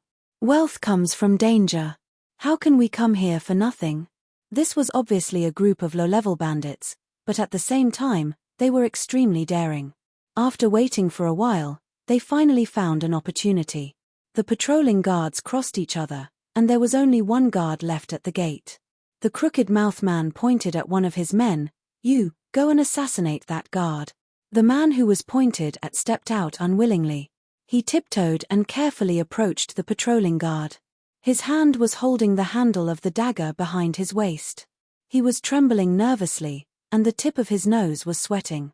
Although the enemy only had one patrolling guard, he was still equipped with a gun. The guard turned his head and saw a figure sneakily approaching within 20 meters. He immediately shouted, "Who's there?" Luo A was scared. He quickly stood up straight and said in a panic, I'm just passing by." After that, he ran back with a face full of fear. He said with a sad face, "Boss, I've been discovered." "Useless," the crooked mouth man said angrily. He took out a crude handgun from his waist and handed it to another man. He shouted, "You go. This handgun has a limited range of 25 meters. Kill the guard for me." Luo B swallowed his saliva and walked over with the gun in his hand. When he was about 20 meters away, the guard found a figure again. "Who's there?" Luo B was scared. I'm out for a walk." The guard saw the outline of the gun in Luo B's hand. He said vigilantly, "What are you holding in your hand?" This, Luo B was quick-witted. He raised his head and put the gun near his eyes. He said in a panic, "This is a telescope. I use it to admire the moon." Then, he also ran back like a puff of smoke. On the other side, Mad Blade and the other three were puzzled. What were these people doing back and forth? The crooked mouth man was flustered and exasperated. Trash. All of them were trash. "Give me the gun, I'll do it myself." Grabbing the gun, the crooked mouth man quickly walked towards the guard. The guard was already vigilant, so he immediately asked, but just as the first word came out of his mouth, the crooked mouth man brazenly opened fire. The gunshot was loud, and the bullet hit the guard's shoulder. The guard cried out in pain and fell to the ground. The crooked mouth man added 2 more shots, and this time the guard was seriously injured and lost the ability to fight. "Hurry up and move the things," the crooked mouth man called out, and all of his underlings followed. At this time, in the vision of Mad Blade and the other three, the bandits had turned red. The mission was to capture the bandits alive and hand them over to the shelter guards. If they were enemies, it would be easy to deal with them. Players were best at fighting monsters. Hao Tian took the lead, and Mad Blade followed closely behind. The 4 of them rushed out. The bandits were shocked and hurriedly took out their weapons to block. However, in just one exchange, half of them were knocked over by the 4 of them. Inhumans. They're all inhumans. The 4 of them knocked over all the bandits like they were cutting vegetables, and only the crooked mouth man was left. He held the gun and shivered. "Don't come any closer, or I'll shoot." "I'm really going to shoot." Suddenly, the ground trembled slightly, and more than a dozen red dots lit up in the darkness. They quickly approached and showed their true appearance. 6th Generation 25 Rangers surrounded the scene, and their black muzzles were locked onto everyone. In important places like warehouses and power plants, the Rangers created by Han Xiao were the real defense force. They were always on standby. Once they detected gunshots or someone broke through the security zone without permission, they would immediately go from standby to combat mode and attack like awakened beasts. Sanctuary 3 was Han Xiao's territory, and it was heavily guarded. It was not a place that any Tom, Dick, or Harry could mess around. The change was too sudden, and everyone was shocked. Mad Blade and the others recognized that the Rangers were created by Han Xiao. Pork Bun quickly said, "Don't open fire, we're on the same side." However, once the Rangers were activated, the order was to kill everyone in the security zone. Plus, The chip of the Rangers did not have the ability to process voice commands. The next second, bullets rained down, and the bandits and Mad Blade's group of 4 were all shot. The bandits were all turned into sieves. Chapter 264. The Pro League was divided into many different modes, and the arena was naturally the most suitable for single elimination matches and individual matches. According to Han Technician's experience, if there was a ready-made arena, the chances of the Pro League being held in his territory were quite high. After all, the arenas for the first Pro League in his previous life were all built by the players themselves. Although it sounded like a bunch of bullshit, doing it personally made the players feel great. If the Pro League was held in his territory, the status of the main city would be even more stable. It would also bring in a lot of people. In Han Technician's eyes, they were all potential customers. He was aiming for the Pro League to make a fortune. The temporary status enhancement potions in his hands would definitely sell well in this kind of situation. However, there was a small problem. The Pro League would be held around the time when the first batch of players reached level 60. If he had to wait for the Pro League to start, he would have to stay in Blue Star for quite some time. I'll just treat it as preparing for the interstellar journey. Besides, I have to wait for an opportunity, Han Xiao thought to himself. It was not that easy to leave a planet. In version 0, all the novice planets did not have the usual channels to travel to the interstellar. If it was a novice planet that had more contact with interstellar civilizations, he might have been able to think of a few simple methods. For example, on Winterfrost, the Void Demons had interstellar battleships. Han Technician might have been able to find a way to get one. However, on Blue Star, the countries here could not even build stable interstellar spaceships. The chances of flying into the sky and standing shoulder to shoulder with the sun were very slim. However, it was not completely hopeless. Ever since he decided to leave Planet Aquamarine in version 0, he began to search for all kinds of details in his memory. After a long time of thinking, he really did find a few unexpected opportunities, but he had to wait for those things to happen naturally before the opportunity presented itself. Therefore, he really did have the time to wait for the Pro League to start. At that time, the Pioneers will basically be at level 60. If I don't find a suitable subclass, I should still be at level 70. Han Xiao was not worried at all. His strength was one version higher, and he had the BSS template. With all kinds of machinery and combat skills, even if there were players who wanted to die, he would be able to kill a group of 40 people by himself. However, once the strength of the players increased, the other forces would be dumbfounded. They would view the Inhumans as a great enemy, and the situation of Blue Star would change again. Only he was as steady as an old dog. Aurora timidly hid behind Hela. It was the first time that she had seen so many people. She was shocked and was not used to it. "This is your territory?" Hela raised her eyebrows in surprise. She never thought that there would be so many Inhumans here. Moreover, it seemed that Han Xiao had a huge influence among the Inhumans.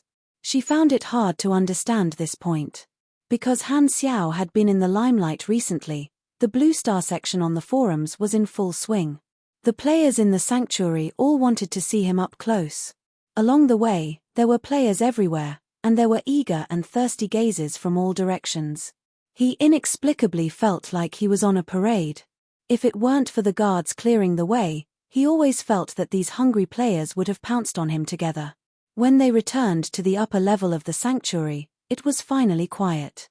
Han Xiao settled the two down and said, "Huang Yu, arrange 2 rooms for them. They will live here from now on." He thought about it and changed his mind. "Never mind, 1 room is enough. Please follow me." Huang Yu extended his hand and led the 2 of them away. After the few of them left, he was the only one left in the room.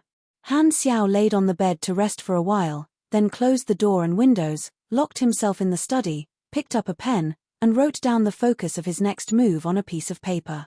Since he was preparing to leave the planet, he naturally had to list the various opportunities on Blue Star. He also wrote down the opportunities to leave the galaxy in detail, adding from time to prevent himself from missing any details. Finally, the tip of the pen paused. So, I want to earn as much EXP as possible from the players on Blue Star, because after leaving the planet, it means that I won't have any interactions with the players in the short term. In order to maintain my influence, I have to do my best to improve the players' main city, add various functions, and provide convenient transportation. Then, the players who are active in the main city will think of me from time to time. I might as well build a statue to remind them. He burned the paper full of words to ashes, not leaving any clues. It was already late at night, and Han Xiao went to another house. This was the special residence that he had arranged for Mad Blade and the other three. This treatment was not given to the other players. Mad Blade was the only one left in the house. He had been waiting for Han Xiao, and he was overjoyed immediately and greeted him. "Just you." Han Xiao looked left and right, then set a simple mission with rich rewards and threw it to Mad Blade. Finally, he was rewarded again. Mad Blade was overjoyed. Following Black Phantom gave him a bright future. This mission was so interesting. Singing and dancing gave him EXP. The other missions were so lame. The Pro League was coming, and Han Xiao was also preparing to train these few close players so that they could perform better in the Pro League. Han Technician was quite generous to his own people. After all, these players had helped him a little. At the same time, if they had more stable results, the other players would believe that there were benefits to following him. Now, his mission reward limit had also increased, and he could satisfy the needs of more players. The total daily reward was 7 times more than the single mission reward, which was around 800,000 EXP. It was very generous. Han Xiao was a little envious. If only he could have the EXP limit, he would not have to worry about EXP. Unfortunately, this method did not work. Sigh, I still have to take advantage of the players. After spending an entire day dealing with the miscellaneous matters, Dean's supplies finally arrived. Following which, Han Xiao locked himself in the workshop and began his closed-door training to organize his gains. The Germinal Organization's mechanic class advanced knowledge this is one of the most important knowledge for mechanics. It allows the control of machines to be upgraded. As long as the corresponding chip program is written, it can read the brain signals and send out commands. The speed of thinking is much faster than speaking or using hand gestures. He spent some potential points to upgrade to level 5. Basic knowledge required 1 potential point to upgrade, advanced knowledge required 2 potential points, and so on. The cost was getting higher and higher. Therefore, Han Xiao had been hoarding potential points and only used them on the most important knowledge. The first task was to recreate the mechanical suit that had been destroyed. This time, Han Xiao did not plan to copy the mechanical suit completely according to the blueprint. He wanted to add his own creativity on top of this foundation to create an enhanced version of the mechanical suit. He already had a draft in mind. There was a large pile of parts and supplies beside the lathe. Han Xiao counted them, rubbed his hands, and smiled confidently. Time to work. The 7th day. Kai. Accompanied by the sound of cold air leaking, the metal cooling box opened. Inside was a transparent, high-strength glass cylindrical box filled with light blue liquid. Han Xiao removed the synthetic repair gel used to cool down and speed up the fusion. A brand new battle suit appeared in front of him, still emitting white cold air. It's finally done. I'm so tired. Han Xiao felt refreshed. He rubbed his cheeks vigorously to relieve the slight tiredness from staying up for a few days straight. The new generation battlesuit still used the core principle of Viper modified. It was filled with PE0 nanofiber muscles and provided torque along with movement. It could still increase strength and agility, and none of the original weapon modules were missing.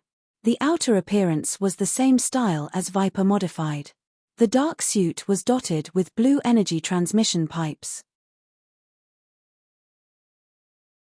The structure was more precise and complicated, and the whole body was streamlined. However, there were some changes. The size was larger, and the edges were more defined, like protruding scales. The overall feeling was completely different. If Viper modified was like a small poisonous snake hunting, the new generation battlesuit was like a black python waiting for its prey in the shadows. It was fine if it did not move, But when it moved, it would strike like lightning. Ferocious. Dangerous. In reality, Han Technician could have copied Viper modified in 3 days, but this time, he took 7 days. Chapter 265. The energy core was still the bonfire reactor, located about 5 centimeters below his neck. After his advancement, his machinery affinity and technology had both increased, so he strengthened the reactor. Furthermore, he installed a few hidden grooves on the back of the mechanical suit that connected to the energy core. Energy blocks could be embedded in the grooves. If the reactor ran out of energy, these would be backup energy sources. There was another use, which was to increase the power output and increase the performance of the combat suit like overload. The energy blocks were naturally the elementary energy crystals that he had refined from the radiation crystals he had collected from the Shadowstalker Viper's nest. Yi Yeqing was trying to turn the crystals into a renewable resource, but she had not succeeded yet. However, the few £100 of crystals that Han Xiao had saved up were enough. The armor was a new alloy that he had synthesized from advanced materials. It was called Ali Steel Alloy, and its defense was even higher than platinum alloy. The control method was the new Nerves Link. The helmet was equipped with a module that could read the signals of the neurons. It was embedded in the helmet like a metal patch, and the various functions of the mechanical suit could be controlled with just a thought. The weapon module had undergone a technical innovation, and Han Xiao had put in the most effort. The new module that he paid the most attention to was a large mounted component that was 5 to 6 meters long when extended horizontally. This was a mounted mechanical wing that was embedded in the back, shoulders, and arms. The original version was the Cloud Swallow glider. The wing was wide, and there was a circular 3-stack propeller with a radius of 60 to 70 centimeters on each side. It was a rotary turbine engine that could rotate 360 degrees, the electromagnetic hoverboots could run up, and the small maneuvering device could take off, glide, and provide continuous power. He had given the new generation of the combat suit the ability to fly. Which man did not want to fly freely? The romance of a man was like a corpse sinking into the sea, or a sea of stars. Successful. You have successfully improved, lightweight mechanical suit, Viper. Do you want to give a new name? With a flash of inspiration, a suitable name appeared in Han Xiao's mind. Naming successful. You have received the blueprint, lightweight mechanical suit, Amphiptyr. My naming skills are indeed not for show. Han Xiao was very satisfied. Amphiptyr was a snake that could fly. Amphiptyr type, combat suit individual lightweight mechanical suit quality, dark green basic stats, 8,958 950 defense, 164 power level, 818 energy, 4,300, plus 800, height, 1. 87 meters weight, 176 pound control method, low-level smart chip plus nerve link, plus 10 DEX, energy, mini bonfire reaction furnace, enhanced, recharges automatically, restores 35 energy every minute. If energy is used as fuel, 24s of energy consumed and 32s of energy recovered. Energy reserve, 4 basic energy blocks, can be replaced at any time, 800 energy reserve standby mode consumption, 22 energy minute combat mode consumption, 40 energy minute core power output, 787 850 armor module, U9 colloidal bulletproof membrane, green, plus 2400 armor, plus 45 defense, none outer layer module, optical camouflage. Able to refract light to a certain extent. Power, 20 outer layer module, SUI anti-radar coating, electromagnetic interference coating scout module, Vulture tactical scanning lens. Smart fire control, assisted targeting, internal tactical holographic observation screen, power, 40 palm module, thermal cutting gauntlet, purple. Inflicts high temperature damage over time. Energy consumption, 1, 5s energy output, 101 power output, 60 back module, electromagnetic thermal cutting blade, green. Applies electromagnetic high temperature technology to split magnetic chain split blade. Energy consumption, 1s power, 80 wrist module, directional repulsive field driver, blue. Releases repulsive waves 150 degrees in front. Range, 20 meters. Cooldown, 30 seconds. Energy consumption, 15 power output, 70 arm module, sunworm small flamethrower, purple. Energy consumption, 1, 5s energy output, 104 power output, 60 leg module, electromagnetic powered floating boots, purple. Energy consumption, 6, 2 per minute power output, 55 propulsion module, small maneuvering equipment, purple. Energy consumption, 1, 4 per minute power output, 162 survival module, body condition monitor, temperature maintenance system, gravity stabilizer, air storage and filtration device. Power output, 80 launch module, explosive grenade X-24, mini split drill bomb X-16, power output, 60 chip module, analysis database, battle trajectory prediction, combat assistance, power output, 30 chip module, neuron signal conversion command, power output, 20 accessory module, rapid injection needle. Equipped with painkiller, stimulant, healing agent, power output, 10 accessory module, small spider detector X12, no power output accessory module, electromagnetic pulse controller. Grants, excited, status. Plus 5% to all attributes. Duration, 15 minutes. Energy consumption, 5 per use. Power output, 10 accessory module, poison tendrils limb component. Create suction force that allows the mechanical suit to be attached to objects. Power output, 20 accessory module, small sensor radar. Power output, 30 mountable module, iron fist heavy mechanical arm, purple. Power output, 91 mountable module, bat wing turbine flight device. Power output, 326 accessory ability, strong performance. In battle mode, more energy is allocated to the biochemical tendons, creating more power output. Plus 40 SDR, plus 20 DX accessory ability. Snake Devil consumes all energy in one go, causing the energy core to be overloaded. The mechanical suit enters a special state. All attributes are multiplied, plus 156 SDR, plus 110 DEX. All modules are considered to be free of energy consumption. Duration, 2 to 7 minutes. Cooldown, 7 days. Accessory ability, suction armor is made of ulli-site alloy. This alloy has the property of dispersing stress points. Plus 22% damage reduction. Note, are you stupid? I can go to heaven. With a full set of purple modules, the attributes of Soaring Serpent had reached 2.0. Han Xiao put his hands on his hips and admired his work. He was so King awesome. With Soaring Serpent and my attributes, no one in the Blue Star can threaten me. This mechanical suit can be used in the galaxy. It can be considered as one of my early preparations. Han Xiao had foresight. In the eyes of the players, he had made a super powerful early stage equipment. Wearing this mechanical suit was like using a sledgehammer to crack a nut on a novice planet. Soaring Serpent had only locked onto his nerve signals, and he was the only one who could control it. The advanced knowledge, nerve connection, was the foundation to control more complex machinery. The speed of thinking was far faster than normal control methods. Furthermore, if there were any injuries, nerve connection could also be used on the cloak technology. Of course, Han Xiao did not wish for such a day to come. Furthermore, nerve connection had another key function in his eyes. One had to know that players relied on the virtual gaming cabin to enter Galaxy, and the core principle of the gaming cabin was to transfer the player's thoughts. Then, what would happen if the player's thoughts were transferred to a local NPC clone body? Would the players be trapped in Galaxy like him?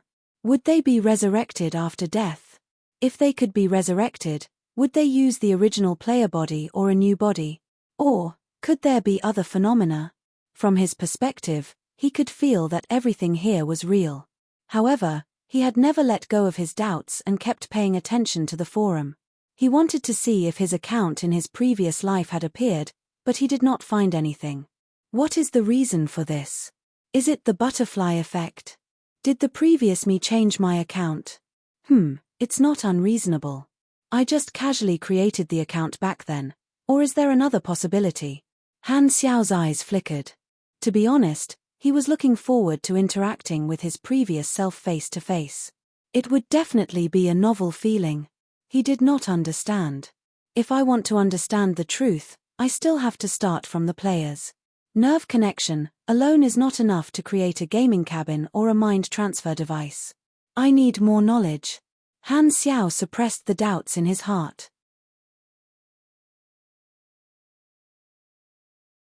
Chapter 266. You've been losing blood all year round, causing your body to be weak, stunted, and organ functions to deteriorate. Optimistically, you can live for another 3 years. In the potion lab, Yi Yeqing was wearing a pair of rimless glasses as a doctor. She checked Aurora's body and came up with such a pessimistic result. Without waiting for their expressions to change, she immediately changed her words. Of course, I'm talking about normal people. Although your body is weak, your cell activity is something I've never seen before. As she spoke, Yi Yeqing took out a few photos under the microscope and said excitedly, normally, the self-healing of the human body is very slow. The intact cells slowly divide into new cells to repair the damage. In comparison, the self-healing ability of supers is stronger. They can heal by converting energy or absorbing other energy. For example, I can absorb the life energy of plants to heal my injuries. Regardless of whether it's a normal person or a super, self-healing requires energy and nutrients. And your cells are equivalent to a drop of extremely concentrated life energy, which can strengthen the self-healing ability of others hundreds of times. Your hair, blood, and all the other body tissues are equivalent to extremely powerful healing agents. How strong are your cells? Let me give you an example. A normal person's cell is a bowl of cold water, a normal super's cell is a flame, and your cell is a star. There's no comparison. Your cells actually have signs of self-reaction. Each cell is like a condensed star in its prime.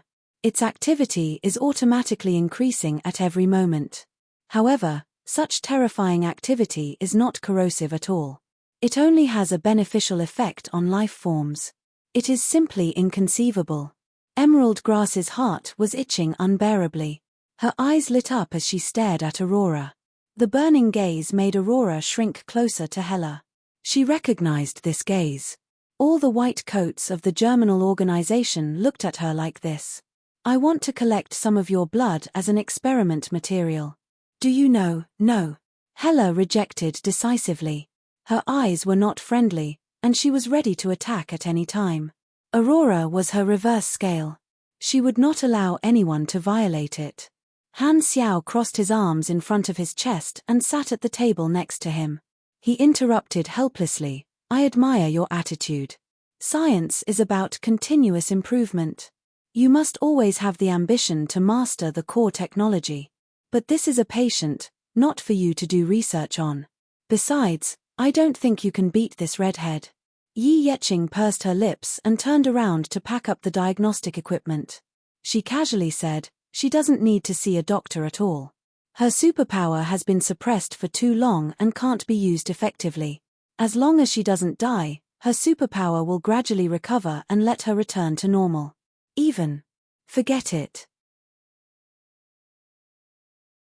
Anyway, she just needs to rest for a while and her body will recover and the scars will disappear. Han Xiao raised his eyebrows. He could tell that Yi Yeqing was implying something, so he started to plan. In his previous life, Aurora had been reduced to a pulp, so he didn't have the opportunity to see the exact effects of her superpower. He also didn't know what it would be like when it matured. Since she's Hela's sister, Aurora shouldn't be too bad. Maybe she can control life. Han Xiao started to make wild guesses. If he wanted to know Aurora's condition, he would have to use battle information. At the very least, he would have to slap this poor little girl. With his strength, the result would not be good. Han Xiao naturally wouldn't do that, and Hela would definitely fight him to the death. Hela breathed a sigh of relief. She stood behind Aurora and pressed her hands on her shoulders, gently squeezing them. It was good that her sister was fine. Right, she was brainwashed before and gave birth to another personality. She will be triggered by keywords and become a puppet that will only listen to orders. Do you have a solution? Han Xiao repeated what Cyberlos said. I'm a pharmacist, not a psychiatrist. You should find a professional. Yi Yeqing didn't even turn around. But from my experience, if it's a normal brainwashing method, if it's not triggered and deepened for a long time, the thought seal will gradually fade over time until it disappears. That's why the guards on Bell of Death Island brainwash the prisoners every once in a while. But as you know, the people there are very strong, and brainwashing is not very effective. Instead, every time this happens, there will always be prisoners who will kill a few guards to relieve their boredom. Professional? Han Xiao touched his chin and pondered. Suddenly, he looked at Hela. Isn't the mind Hela's strength? Noticing his gaze, Hela waved her hand and frowned. My superpower is too invasive. I'm afraid of making a mistake, so I can't take the risk. Then you better develop your superpower more. Han Xiao was helpless. In his impression, Hela at her peak could easily flatten the soul of a living being into all kinds of shapes without damaging the fragile soul. It was like blowing candy. If there's nothing else, let's go. I still have a few Inhumans to test the potion. Don't disturb me. The few of them turned to look. Emerald Grass took out a transparent container filled with a strange liquid. It was a viscous green color and was still bubbling. She held a syringe and flicked the tip of the needle with her fingernail. Oh, I forgot to mention. In the technological civilization, Yi Yeqing was called a pharmacist. In the magic civilization, pharmacists were called witches. Han Xiao silently observed 3 seconds of silence for the players who had tested the potion. Sacrificing for the advancement of science, how noble. After leaving the potion lab, the few of them slowly walked on the road. Hela suddenly turned around and asked seriously, "What do you think?" Only when it came to Aurora did Hela seem to be very concerned. She was no longer expressionless and cold. Because she trusted Han Xiao, she asked for his opinion. As the saying goes, half of the military medal is yours and half of the medal is mine. Han Xiao descended from the heavens and saved Aurora from the sea of suffering. Now, they had no relatives in the world. Only Han Xiao could be trusted. Han Xiao pinched his chin and said, "It's best for her to rest. I'll make a special wheelchair for her. Also, your sister has been locked up for so long. It's best to let her get in touch with the outside world and make some new friends. If you don't trust me, I can introduce a few good law-abiding teenagers." Hela nodded solemnly. "I owe you. You owe me in the first place." Han Xiao picked his ear. Hela was at a loss for words. She shook her head and remembered the favor in her heart. She had a cold personality. In fact, she was a cold-blooded and proud person. She did not like to accept the kindness of others and was unwilling to accept help that was like charity. However, once she owed a favor, she would remember it in her heart. She was a person of action. She would not say too many words of gratitude. She would only secretly remember the kindness of helping others in their hour of need and wait for the day to return the favor to Han Xiao. After a moment of silence, Hela asked the question that had always been on her mind. "Why did you save my sister?" "Foresight." Han Xiao used this all-purpose reason. "Then what did you foresee?" Hela frowned. Han Xiao laughed and made up a story. "I saw your sister's ability. It will save my life in the future. Do you believe me?" "That makes sense." Hela suddenly understood. At this time, a small hand tugged at the corner of Han Xiao's clothes. He looked down and saw Aurora looking up at him with a serious face. "Uncle Zero, I will definitely save you." Aurora took his words seriously. Han Xiao pinched her face and laughed. "Zero is in the past tense. Just call me Han Xiao." "Okay, Uncle Han. You can call me younger." "Got it, Uncle Han." Han Xiao rolled his dead fish eyes. "Sure enough, I still hate little kids." The next day, Han Xiao rushed to make a wheelchair and gave it to Aurora. Leather armrests and cushions, lined with elastic cotton. "It will give you the comfort of your mother's embrace. And the most amazing thing is..." Han Xiao lifted the dust-proof cloth and said, "This wheelchair is driven by pedals. It has a built-in small engine, and there is a gearshift lever beside the armrest. It can go up to 40 kilometers per hour. I only want an ordinary wheelchair." Hela's eyes twitched. She had never heard of a wheelchair that was driven by pedals. So what was the wheelchair used for? 40 kilometers per hour?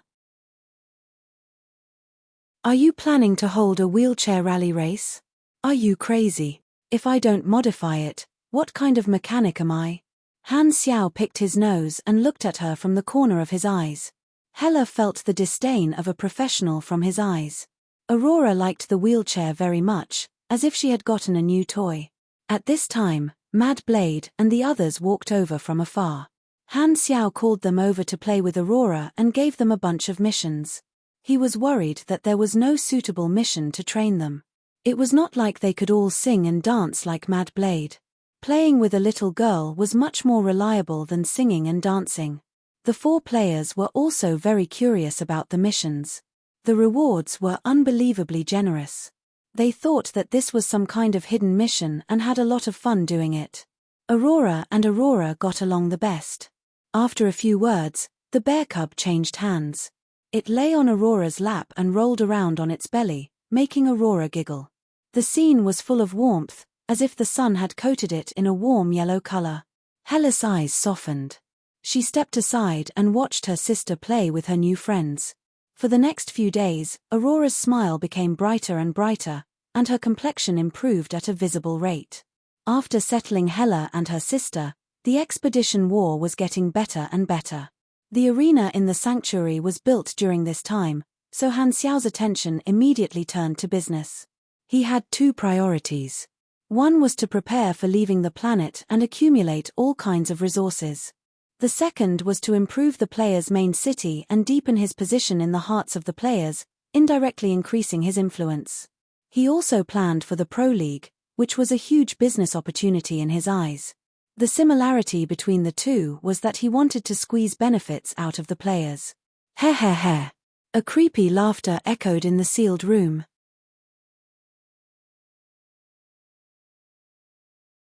Chapter 267. The Sanctuary issued a management rule that prohibited fighting anywhere, just like not being allowed to urinate and defecate. There were guards and rangers patrolling, and violators would be arrested and detained for a period of time. The main city of players needed to form a safe zone to make the players feel at ease. Han Technician asked Huang Yu to work overtime to perfect the rule. If the players wanted to PK, they could only leave the city or go to the arena. The arena was built near the square, very close to the respawn point of the players. Sometimes, the players could stop when they were PK, and sometimes they would accidentally kill each other and lose some experience. Even so, it could not extinguish the players' desire to fight. Because it was very far away from the city, the arena became the first choice. The general structure of the arena was a huge square. In the center was the tallest and largest platform, and beside it were smaller arenas. The large arena was surrounded by a large number of spectator seats. Players didn't have to spend money, so they could PK as they pleased in the square. The arenas, big and small, were all sealed off. After asking around, I found out that those arenas were specially used for gambling. The gambling house was the arena, and it would only be opened to those who paid, and the arena would be reserved for those who paid. Although this function was new, because it cost money and most of the players were poor, no one used this function for the time being. They only wanted to fight for free in the square, so the arena was very lively. It quickly became recognized as a dedicated PK arena, just like the city gate of a certain game. But in Huang Yu's opinion, this was a huge waste of resources. No one was willing to pay for it. Not only did it not achieve the effect of generating income, but the sanctuary also had to bear the cost of maintaining the arena. He felt that Han Xiao's decision was very problematic. It was better to let the Inhumans fight outside the city. He felt that building the arena was unnecessary, but he did not dare to go against Han Xiao, so he could only complain in his heart. This situation made Han Xiao a little surprised, but he understood after thinking about it. Now, the players are still in the exploration stage, and gambling in the arena is obviously only for players who are confident in their strength. Gambling in the arena can attract audience, so there will be exposure. Then, guilds and professional players are the most likely group to spend money to reserve the arena. The function of the arena required the players to discover it themselves, and it would take some time, but he was not someone who would wait patiently. Then let me give them a hand and help them understand what is the use of gambling in the arena. Han Xiao's eyes flashed. Every few days or so, Han Xiao would hang around in front of the players, teaching them skills and harvesting experience. Most of the skills that he put in the skill shop were basic skills that players already had. Spending EXP to train the basic skills that players had already learned could greatly increase their proficiency. It was more cost-effective than directly using EXP to level up skills. This was how Han Xiao obtained the majority of the players' EXP. He did not teach the important skills. After all, he wanted to maintain the gap between himself and the players. However, he chose to teach them some skills that were not that important or that the players would be able to learn sooner or later, such as electromagnetic energy extraction and precision repair, which were exclusive to mechanics, to help the mechanic class players improve their abilities. He acted as a mechanic teacher and attracted more players to join the mechanic class. One had to know that in the entire Blue Star, only the mechanic class players had such a reliable teacher like him. The players had experienced the energy training technique incident, so they roughly understood that the powerful skills that Han Xiao taught them could be learned when they reached a higher level. However, most people were still willing to learn high-level skills at a lower level because they could improve their current abilities and gain more benefits in the long run. As for the Esper class and Pugilist class advancement knowledge that he stole from the Germinal organization, Han Xiao did not sell it for the time being. This thing was like a bomb, and he wanted to wait until the players' purchasing power increased before making a huge profit. Every time he showed up to teach, he would earn more than 10 million EXP in a day, which was many times faster than doing missions. The tens of thousands of players in Sanctuary 3 made up about 5% of the total Blue Star players, and many new players had also entered the game, so the market potential was huge. The players' main city plan was very far away. On this day, Han Xiao appeared in the corner of the square as usual, surrounded by players. After farming a wave of EXP, he suddenly saw a large group of guild players with prefixes above their heads. They were the players from Sky Territory, and the leader was called Yellow Sky Will Rise, the vice-captain of the first core group. My chance is here. Han Xiao raised his eyebrows slightly. After teaching the skills, he suddenly pretended to talk to himself and said, "Sigh, my luck has been bad recently." Yellow Sky Will Rise was shocked. As an experienced veteran player, under normal circumstances, if an NPC suddenly talked to himself, it meant that a new mission could be triggered. Your Excellency Black Phantom, may I know what is troubling you? Maybe we can help you solve it. Yellow Sky Will Rise tried to ask. Glancing at him, Han Xiao pretended to be in a difficult position and shook his head. No, I need at least 10 people to help me. The people from Sky Territory were suddenly energized. It was indeed a mission, and it was a team mission. This was a mission given by Black Phantom himself. When had he ever cheated us? The guild had a lot of people, and Yellow Sky Will Rise formed a team of 10 people. Seeing this, Han Xiao said slowly, "Sigh, one of my robots has malfunctioned and is no longer under my control. I want you guys to bring its chip back to me." As he spoke, he set up a mission. Retrieve the malfunctioning chip -1, mission type, team chain mission introduction. For some reason, a defense robot has malfunctioned and is no longer under control. First round requirement, defeat X-204 Ranger and return the chip to Black Phantom. First round reward, 25,000 EXP, plus 1 Black Phantom favorability. A running mission? Yellow Sky Will Rise was pleasantly surprised. Just the first round reward was already quite a lot. If they continued, the rewards would definitely be even better, and they could even increase Black Phantom's favorability. One had to know that once Black Phantom's favorability reached 10, it would no longer increase no matter how much money was given. This was a rare opportunity. With regards to his favorability, all the players were in an extremely thirsty but helpless state. He had placed quite a few powerful machines in the item shop, blue equipment, purple equipment, and so on. However, the favorability requirement to purchase them was above 10 points, which meant that they could only be seen but not touched. They were the bait that he used to fish. Favorability itself was not valuable, but he gave it a value. This was the origin of equivalents and currencies, Sky Territory accepted the mission and left happily. The surrounding players saw this and also excitedly formed teams, but Han Xiao did not give them any face. This time, the players were puzzled. Why could Sky Territory trigger the mission, but they could not? However, they had already seen the randomness of Black Phantom's mission trigger mechanism, so they were not surprised and did not think too much about it. They could only secretly envy those lucky Europeans. Suddenly, a group of familiar IDs and guild names came into sight. Han Xiaoxin's mind moved. He then opened his mouth and repeated his words. There's a hidden mission? The Guild of Gods members passing by were surprised.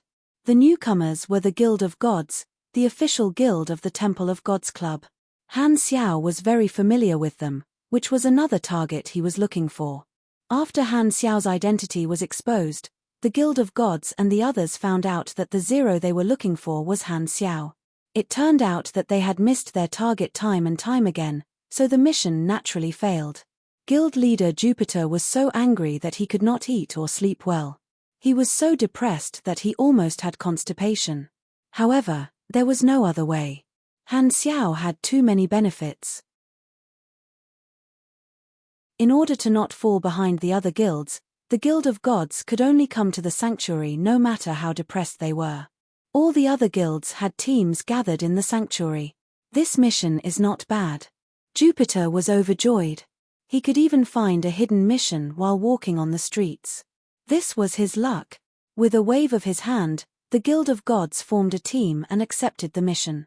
An hour later, in the North District of the sanctuary, a chase was in progress.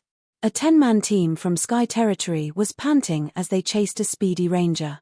Quick, chase it, don't let it get away. The Guild of Gods was out of breath. They were running so hard that they were about to vomit. They followed the mission instructions and came to this area that was under development to chase this ranger that had lost control. The ranger's firepower was ferocious. A few of their team members died before they managed to grind down the ranger's armor to the last layer of health. At this time, the ranger suddenly turned around and ran. Damn it, why is it so agile? The members of Sky Territory had bitter expressions. It's even more familiar with the environment and terrain than us. Is this robot a spirit? At this time, in the high-rise room in the center of the sanctuary, Han Xiao was lazily half-lying on the sofa. He held a tablet and swiped the screen casually. The screen was showing the perspective of the out-of-control ranger. This ranger was actually completely under his control. He had limited the ranger's strength. Yesterday, he had dismantled a lot of the ranger's weapons and ammo before releasing it.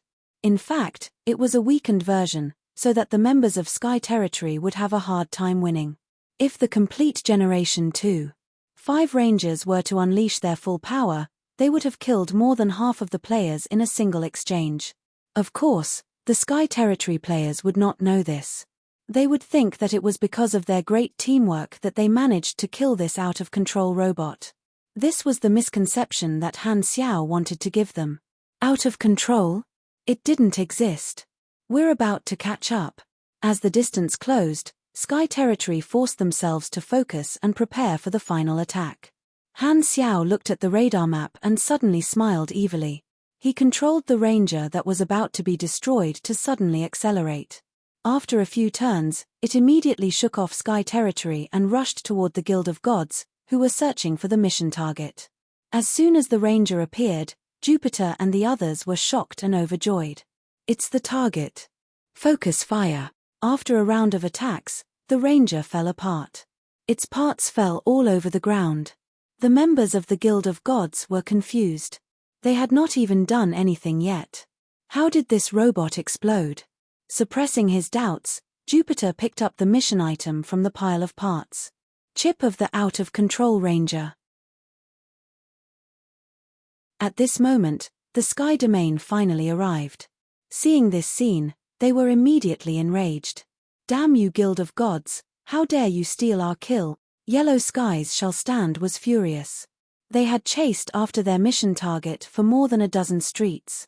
Now, someone had plucked the peach from the peach, and the roast duck that was in their hands had been snatched away by a dog. Furthermore, the Guild of Gods and Sky Territory had always been old rivals. The screen turned black. Han Xiao threw the tablet aside, lit a cigarette, blew out a smoke ring, and chuckled. Since the players did not want to gamble, he would create a need for them. This had always been Han Technician's service principle. I'm a professional at causing trouble. Chapter 268. So, you guys accepted this mission too. Jupiter finally understood why the robots were so fragile. They had stolen the kill. Jupiter gloated. Even when facing other guilds, the overbearing Guild of Gods would never apologize or back down. Not to mention, this was their old rival, Sky Territory. So what if we stole the kill? Hold it in if you don't like it. The quarrel quickly turned into a brawl. After a round of brawling, all the members of Sky Territory died. Old Zhu, F************** and %. Just you wait. Yellow skies shall fall immediately sent a private message to curse. Jupiter closed the private message right away. What a joke. Why play the game if you don't steal the kill? With the mission target in hand, the members of Guild of Gods immediately went back to submit the mission. As long as the deed was done, Sky Territory could only accept it no matter how dissatisfied they were. However, when Jupiter and the others arrived at the high-level area, they were stopped at the door. We completed His Excellency Han Xiao's request. Why can't we enter? Orders from above. Outsiders are not allowed to enter. No matter what, the guards did not budge. The members of Guild of Gods had no choice but to leave. If they wanted to submit the mission, they could only wait for Han Xiao to appear again. The group returned. After walking for a while, their visions suddenly turned dark. A group of burly men surrounded them. The leader was Jade Green Sky. He had brought the members of Sky Territory to denounce them. Old Zhu, you're not being nice. Our people took the mission first, and the target was also crippled by my people. You came out halfway and stole the kill. You have to give us an explanation. Jade Green Sky's face darkened. Don't make a fuss. Blame your bad luck. Jupiter was fearless. The sanctuary was a safe area. No one could attack. He was not afraid of being surrounded at all. Sparks flew in their eyes as they looked at each other. The guild leaders of the major clubs in China knew each other in private. Jade Green Sky and Jupiter had always been at odds with each other. There was a historical reason for this. The conflict started in the professional arena. Li Ji was the pillar of Temple of Gods, and Hao Tian was the star of Sky Territory. However, Hao Tian lost more than he won against Li Ji. In the finals, semifinals, or the quarterfinals of other competitions, he lost to Li Ji many times. Therefore, the conflict between the two guilds was very deep, and they did not see eye to eye. The theft of this mission was the fuse. Although it was only a small conflict, it could evolve into a conflict, not to mention that both sides were rivals. The surrounding players looked over and carried on the fine tradition of the Chinese people. They all gathered around to watch. It was even more lively than a market. The middle of the road was so crowded that not even a drop of water could pass through. After a round of insults, Jupiter said impatiently, "Azure Sky, what do you want? Return the quest item to us. You must be dreaming." Jupiter refused flatly. Why should he return the monster that he had snatched with his own abilities? Furthermore, he represented the reputation of a guild. If he backed down, wouldn't others say that they were afraid of Sky Territory? There was no way Jade Green Sky was going to swallow this loss. If the two sides could not back down, then there was no way to mediate. He could only use strength to do the talking. However, he was not willing to start a large-scale guild war. If both sides suffered losses, then they would be surpassed by other guilds. A thought flashed through Jade Green Sky's mind, and he suddenly remembered the betting function of the arena. Wasn't that the most suitable way to resolve this kind of conflict? Alright, since you don't want to return it, then let's go to the arena and gamble. Ridiculous. Why do I have to fight with you? There's nothing to gain if I win, and I have to hand over my item if I lose. Humph, we'll bet too. Money, equipment, items, anything will do, Jade Green Sky provoked. I'm officially issuing you a challenge. Accept the challenge if you have the guts. He really wanted this chain mission. Firstly, Black Phantom's mission rewards were very generous, and secondly, it would increase Black Phantom's favorability. This was a deal that could be done. However, Jupiter was not provoked at all. He pushed away the people from Sky Territory and left. Anyway, the item was in his hands. As long as he turned in the mission, all the benefits would be his. There was no need to take the risk and gamble. He was too lazy to fulfill his enemy's wish. The people from Sky Territory were furious. Yellow Skies Shall Stand said indignantly, "President, are we just going to let this go?" Jade Green Sky's face was gloomy. He said angrily, "Hype. Forcing them to accept the challenge, I can't take this lying down. Get all the members to post on the forums and slander me." As Sky Territory started to attack the public opinion, posts slandering the Protoss flooded the forums. They portrayed the Protoss as unreasonable and immoral bullies, saying that they were cowards who did not accept the challenge and that they bullied the weak and feared the strong, etc. Because one needed to buy a gaming pod to post on the forums, the ghostwriters were not that active. However, this time, the Protoss had reason and evidence. They directly mobilized the peripheral members to post on the forums and started a frenzy. The public opinion was rampant, but the Protoss were calm and did not panic at all. In Jupiter's opinion, as long as he dragged on until Han Xiao appeared and turned in the mission, it would be too late for the Sky Territory to make a ruckus. However, a few days passed, and Han Xiao still did not appear. Jupiter started to get anxious. He asked the guards again and again, but he could not find out where Han Xiao was. Han Xiao could also see the forums. He deliberately did not appear, which was tantamount to roasting the Protoss. As long as the Protoss did not turn in the mission to him, this mission item would only bring trouble to the Protoss. From the moment he issued the mission, he had prepared this series of dirty tricks to force the two guilds to gamble in the arena to gain public attention and let more players know what the use of gambling in the arena was. As long as there was someone who was the first to eat crabs and let the players see what the use of gambling in the arena was, it would awaken the people with latent needs. The Protoss and Sky Territory only treated this incident as an accident or a coincidence. They did not guess that Han Xiao, the NPC who issued the mission, was behind this at all. It was a complete blind spot in their thinking. Seeing that the situation was becoming more and more unfriendly toward the Protoss, Jupiter started to have a headache. Finally, after Han Xiao disappeared for another day, Jupiter could not take it anymore. In the name of the Protoss official, he accepted Sky Territory's gambling challenge on the forums. On behalf of the Protoss Guild, I accept the gambling challenge with Sky Territory. Our wager is the mission item, Uncontrollable Robot Chip. We request that Sky Territory take out a chip of the same value. The location is the arena. 1 versus 1. Best of 5. The loser leaves the arena, and the winner can continue to fight. No matter who wins or loses, you have to admit that this is the final result. Do not cause any trouble. Jade Green Sky replied quickly. Okay. The two guilds' challenge made the players in the entire sanctuary excited. The gambling service in the arena was handled by the sanctuary officials. They collected the bets before the battle and promised to hand them over to the winner. To enjoy the official gambling challenge, they had to book the arena first. The fee for booking the arena would be included in the arena's turnover. The two guilds were very rich. Because they wanted to be fair to the other players, they booked the largest arena in the center. The other areas were for the players' spectator seats.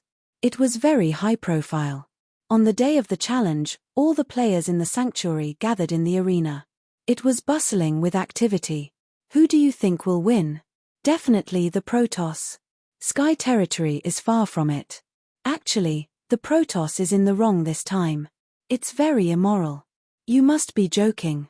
What's wrong with stealing kills in a game? Don't make it so obvious. There's a dealer over there. I'm going to bet on the Protoss. There's a place to bet. Let's go together. The venue was extremely noisy. It was almost like a concert of a superstar. The audience waited for a long time before the two parties finally arrived. After seeing the IDs of the two teams, the audience was stunned. The players were not from the guilds at all. They were all professional players from the two club teams. After being stunned for a while, many of the audience cheered in surprise. If the arena was not open air, their enthusiasm would have been enough to flip the roof. Originally, most of the audience had come to watch the show. However, when the professional players appeared, all the audience's interest was piqued. The Galaxy Pro League had not been formed yet. The normal players had not seen the strength of the professional players, so their enthusiasm was high. Temple of God is indeed strong. All the players here are first-tier and quasi-first-tier players. Unfortunately, Lee Ge is not here. I heard that he went to participate in the expedition. That's right. Long Sky's foundation is a bit weaker. They are basically second-tier players. The first-tier players, Sleepy Winter and Twinkle Fried Rice, are also in the war. Wait, is that? Great God, Hao Tian. Hao Tian was expressionless as he mixed in with Long Sky's team. The audience all looked at him with disbelief and respect.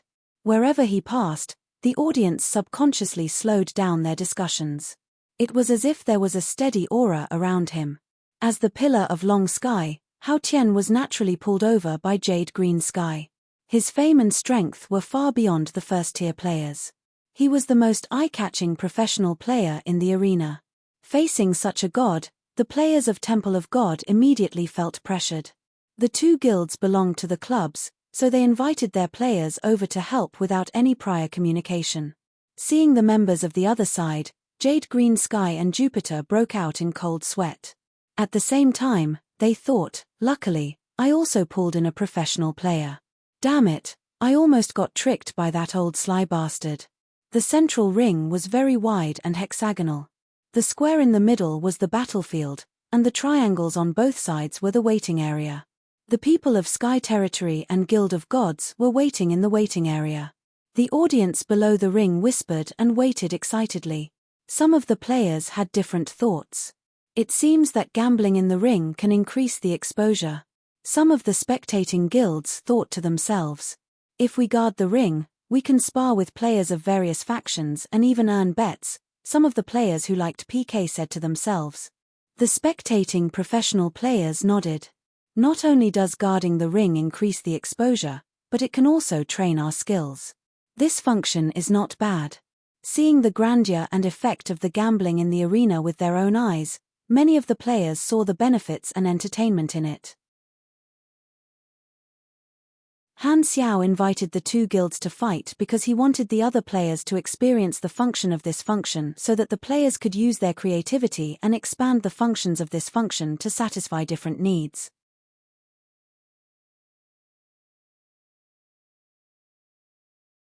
Chapter 269.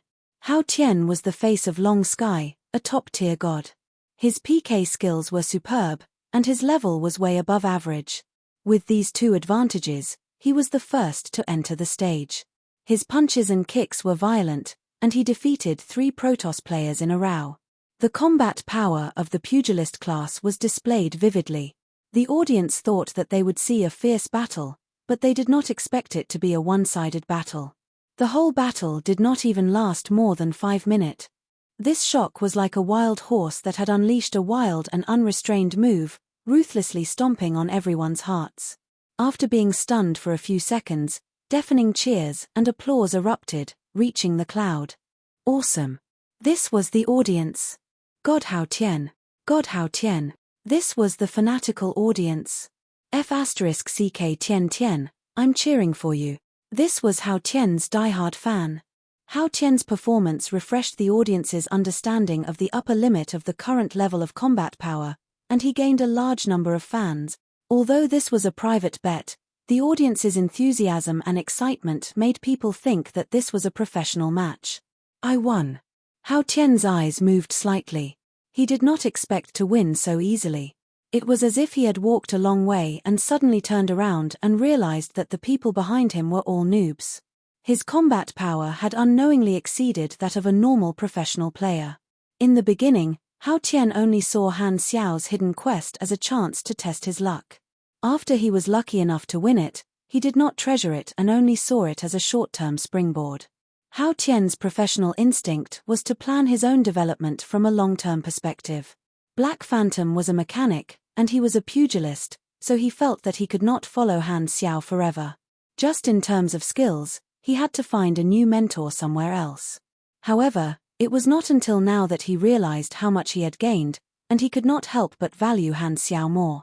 Even at max level, the high EXP reward from Black Phantom's mission is very reasonable, Hao Tian thought to himself. Black Phantom's mission reward was really rich, so there was no harm in enduring the weird mission. As a professional player, inhuman willpower, endurance, and stamina were basic qualities. The Black Phantom line seems to be able to develop for a long time, much longer than I expected.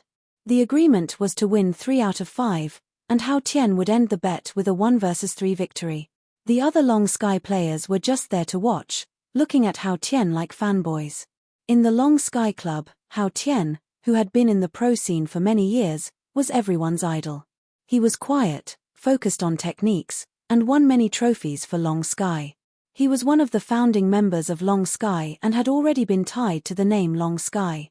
The Protoss had been thoroughly defeated. All the team members they had invited were dumbfounded. GG, we're all pro players. Aren't you showing off too much? At least give them some face. The players already knew how strong Hao Tian was. Not to mention his skills, the biggest problem was his level, attributes, and skills. They immediately thought of how Hao Tian had triggered Black Phantom's hidden storyline, and they could not help but feel envious.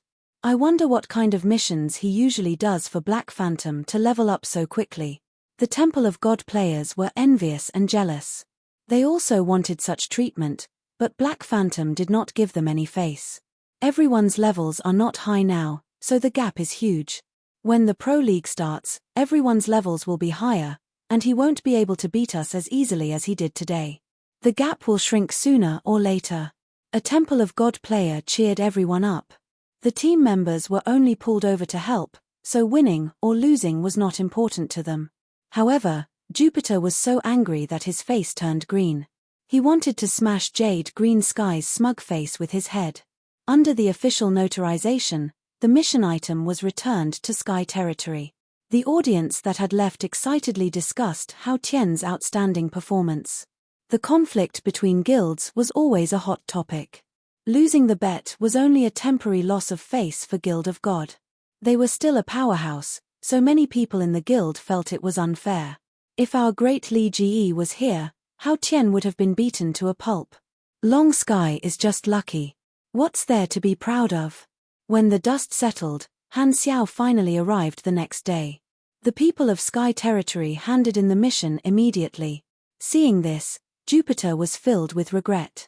If he had known that Han Xiao would appear today, he would have waited one more day, and everything would have been fine. Of course, this was only Jupiter's own opinion. As long as the conflict did not escalate to a battle, Han Xiao would not come out. He had a very high level of patience. Back then, when the nightmare started, he had endured in the Germinal organization base for half a year before he found the opportunity to escape and turn the situation around. In fact, Han Xiao had prepared even more dirty tricks. If the two big guilds made a deal in private and did not end up in a conflict, Han Xiao's motto was to do it again if it did not work once. At most, he would drag more guilds into the mess. He was good at fanning the flames, and he could guarantee that the hatred would burn. If that still did not work, he would simply issue a mission and ask the guilds to book the entire arena. However, that would be too obvious, and Han Technician preferred to play dirty. What a loss.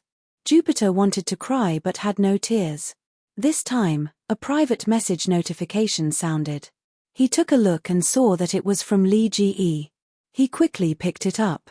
Great Li Ge. I saw what you guys did recently. Do you have a recording of Hao Tian's battle? It's all recorded. Send it to me. Oh, okay. After receiving the recording, Li Ge said with satisfaction, with the recording, I can analyze his battle style and prepare for the Pro League. You guys did well. Hearing this, Jupiter's dejection was swept away, and he pulled himself together. It did not matter how much they suffered as long as the team had the advantage. Being the team's nanny was one of the responsibilities of the guild. The battle between the guilds showed the effect of the arena. Many people started to have ideas, and gradually, other guilds and players started to book the entire arena to guard the arena or do other activities. The function of the arena gradually came into play. Other than PK, the players in the arena could also participate in other activities, making the arena even livelier. Other than gameplay, Galaxy also had a social function, and the lively arena was obviously a great place to socialize. Some players would rather spend all their time in the arena 24 hours a day in order to lose their sense of purpose because of the game. As a place with high exposure, people who wanted to spread their fame had a need for the arena. Guilds would organize small activities to increase their fame, and professional players would come to guard the arena and interact with the normal players. It was like some stadiums that were rented to celebrities to hold concerts. Everyone was getting what they wanted.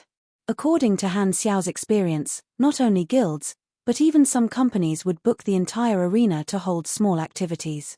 For example, the XX, company name, Cup League was a commercial competition that was not recognized by the Esports Association. The winner would give a prize to attract participants and promote their fame. Some professional players would even participate in such small competitions for the prize money. Do not ask how he knew this. In his previous life, there was a time when Han Xiao became extremely rich. He even dared to buy instant noodles from the convenience store downstairs. Furthermore, the activities held by merchants did not have to be PK competitions. They could be art parties or sports activities.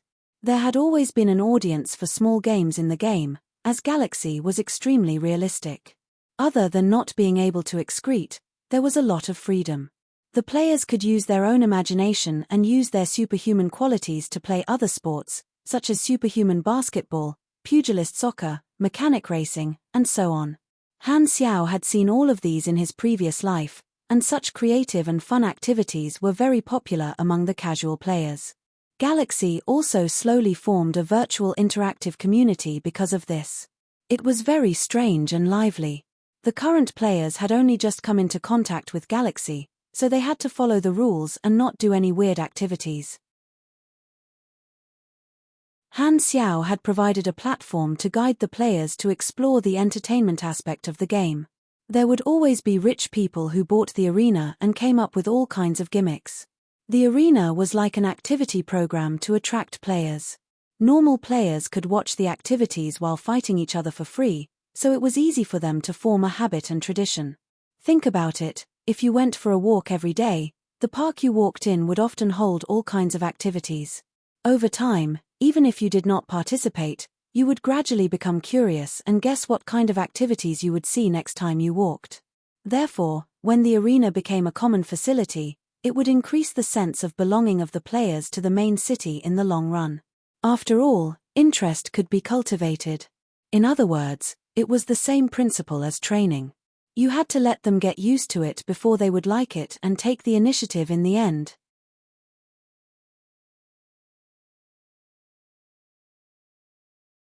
Chapter 270.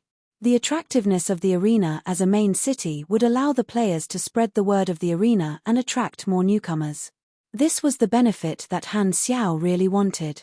In fact, Han Technician had a lot of ideas. For example, setting up the odds for the opening of the arena. He also wanted to customize the PK rank for Sky Island and the Maiden or add points to the arena. Both of these could attract players, but he gave up after thinking about it. These two things were not easy to operate. They were things that were set by the game officials. If he, an NPC, were to do it, he felt that there would be some hidden dangers and negative effects. Most importantly, if he, as an official, gave out rewards, those studios and actors everywhere would make him bankrupt. Han Technician would not fall for it. After all, this was one of his businesses in his previous life. Although he was taking advantage of the players, strictly speaking, it was a mutually beneficial situation. From a neutral point of view, purely providing the venue and fairness, allowing the players to do what they want, was the most comfortable and safe position for Han Xiao. It could also be explained as guiding the Inhumans to vent their excess energy. When the main city's position was stabilized, It would take in a large number of players every day. In Han Xiao's blueprint, the next step was the evil real estate. As the person in charge, other than the place to shelter the refugees, all the empty spaces in the sanctuary that were waiting to be built were his treasure trove. The spendthrifts. The big customers were naturally the big guilds that were willing to buy property. Business. Looking at the moving heads in the square, Han Xiao stroked his chin and sighed. Huang Yu was convinced. He originally thought that the arena was a waste of resources, but after more than 10 days of observation, he gradually found the potential benefits. Huang Yu did not understand Han Xiao's long-term plan, nor did he understand the nature of the players. However, when he did the turnover report, he found that the cost of renting the arena to the Inhumans far exceeded the cost of maintaining it. In the long run, the cost would be recovered sooner or later. After that, it would be a net profit, and this was only one of the benefits. The Inhumans were the main force behind the construction of the sanctuary. However, the Inhumans were unpredictable and difficult to manage. Huang Yu didn't want the Inhumans to have too much contact with the refugees, so he divided the area where the Inhumans could be active. However, the Inhumans still came looking for the refugees every 2 to 3 days. Although their motive was to help, to complete missions, it also made Huang Yu's management ineffective. After the completion of the arena, the Inhumans took the initiative to make the arena their activity center. The square and the arena automatically became the Inhuman community, which saved him the effort of management. The entire sanctuary was much more orderly. At this time, Huang Yu was in the office, flattering Han Xiao, praising Han technician's wisdom and foresight. All kinds of mushy words jumped out of his mouth and jumped into Han Xiao's ears, disgusting him to the point that he had goosebumps all over his body. After chasing Huang Yu away with much difficulty, Han Xiao continued to think about his plans for the players' main cities. The use of the arena was more in the future, and he was not satisfied with that. To increase the attractiveness of the main city, the arena is one of the factors. Another way is to have some regular activities. Other than the special activities of the game officials, if I want to attract the players to do activities, I have to let them see the actual benefits. Han Xiao tapped his fingers on the table and thought for a while. Suddenly, an idea came to him. The moon set and the sun rose. In the Gorst wilderness in the early morning, dust and sand mixed with fog gave people a humid and uncomfortable feeling. However, the surroundings of the sanctuary were very clean and refreshing. This kind of hazy fog was excluded. The sanctuary was more or less completed. There was a super large air filter, and the sanctuary paid attention to preventing radiation pollution to ensure air quality. The players were adding bricks and tiles to the sanctuary. On the steel bars of the protective wall, a group of players were welding. Sparks flew everywhere. This work was dangerous and boring. The players stepped on the steel bars and swayed. Be careful, don't fall. Just as one person finished speaking, the person next to him slipped. Everyone's eyes followed his figure silently as he fell. The long R sound became longer and longer. The protective wall was tall and was the most dangerous of all the construction missions. From time to time, players would fall and die accidentally. I told you to be careful. On another steel bar, a player with the ID half-a cigarette when lonely said indignantly, D***MNit, the safe and easy construction missions with rich rewards are all taken by the big guilds. Normal players like us can only do the less cost-effective missions. Where there were people, there was competition. There were many types of construction missions in the sanctuary. The easy and rewarding missions were all taken by the guilds. Most solo players could only get the remaining missions. Most players were just doing it for fun and did not care. However, there were some players who were serious. Half-a cigarette when lonely was still indignant and kept talking.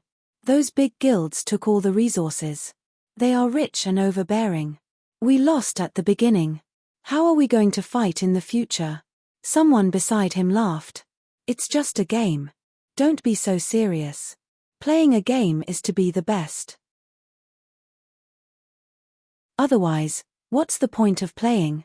Half-a cigarette when lonely retorted and said disdainfully, that's why you are all salted fish. You don't have any dreams at all. If you are so envious of others, Why don't you just join a guild? Humph, only the weak are in a group. Solo is the style of the strong. Half a cigarette when lonely had a look of disdain. He would not talk about the painful experience of being rejected when he applied to join a guild. Everyone looked down from above and suddenly realized that on the square of the sanctuary, players the size of ants had gathered in circles. This was the signature phenomenon of Han Xiao's appearance. The regional channel suddenly had broadcast messages from other players. It seemed that Black Phantom had a new function, which allowed him to summon friends. The people who were building the protective wall hurriedly put down their work and ran down the wall. Some of them even jumped down, died, and respawned in the square to save time. Half a cigarette when Lonely ran to the square, there was already a huge crowd. Han Xiao stood in the corner of the square, and behind him was a large truck. Half a cigarette when Lonely, like the other players, craned his neck and looked over curiously. Looking at the bustling crowd, Han Xiao coughed a few times and said loudly, "Recently, my warehouse has accumulated a lot of goods that need to be dealt with. They have all been packed. If anyone wants to buy them, they can be sold at a low price." The players in the square looked at each other. Packed? What does that mean? They did not understand. Since they had accumulated a lot of goods, did they still want to buy them? "I want 10 of them," Jade Green Sky said immediately. With the thought that Black Phantom's products must be the best, he was willing to be the first to try.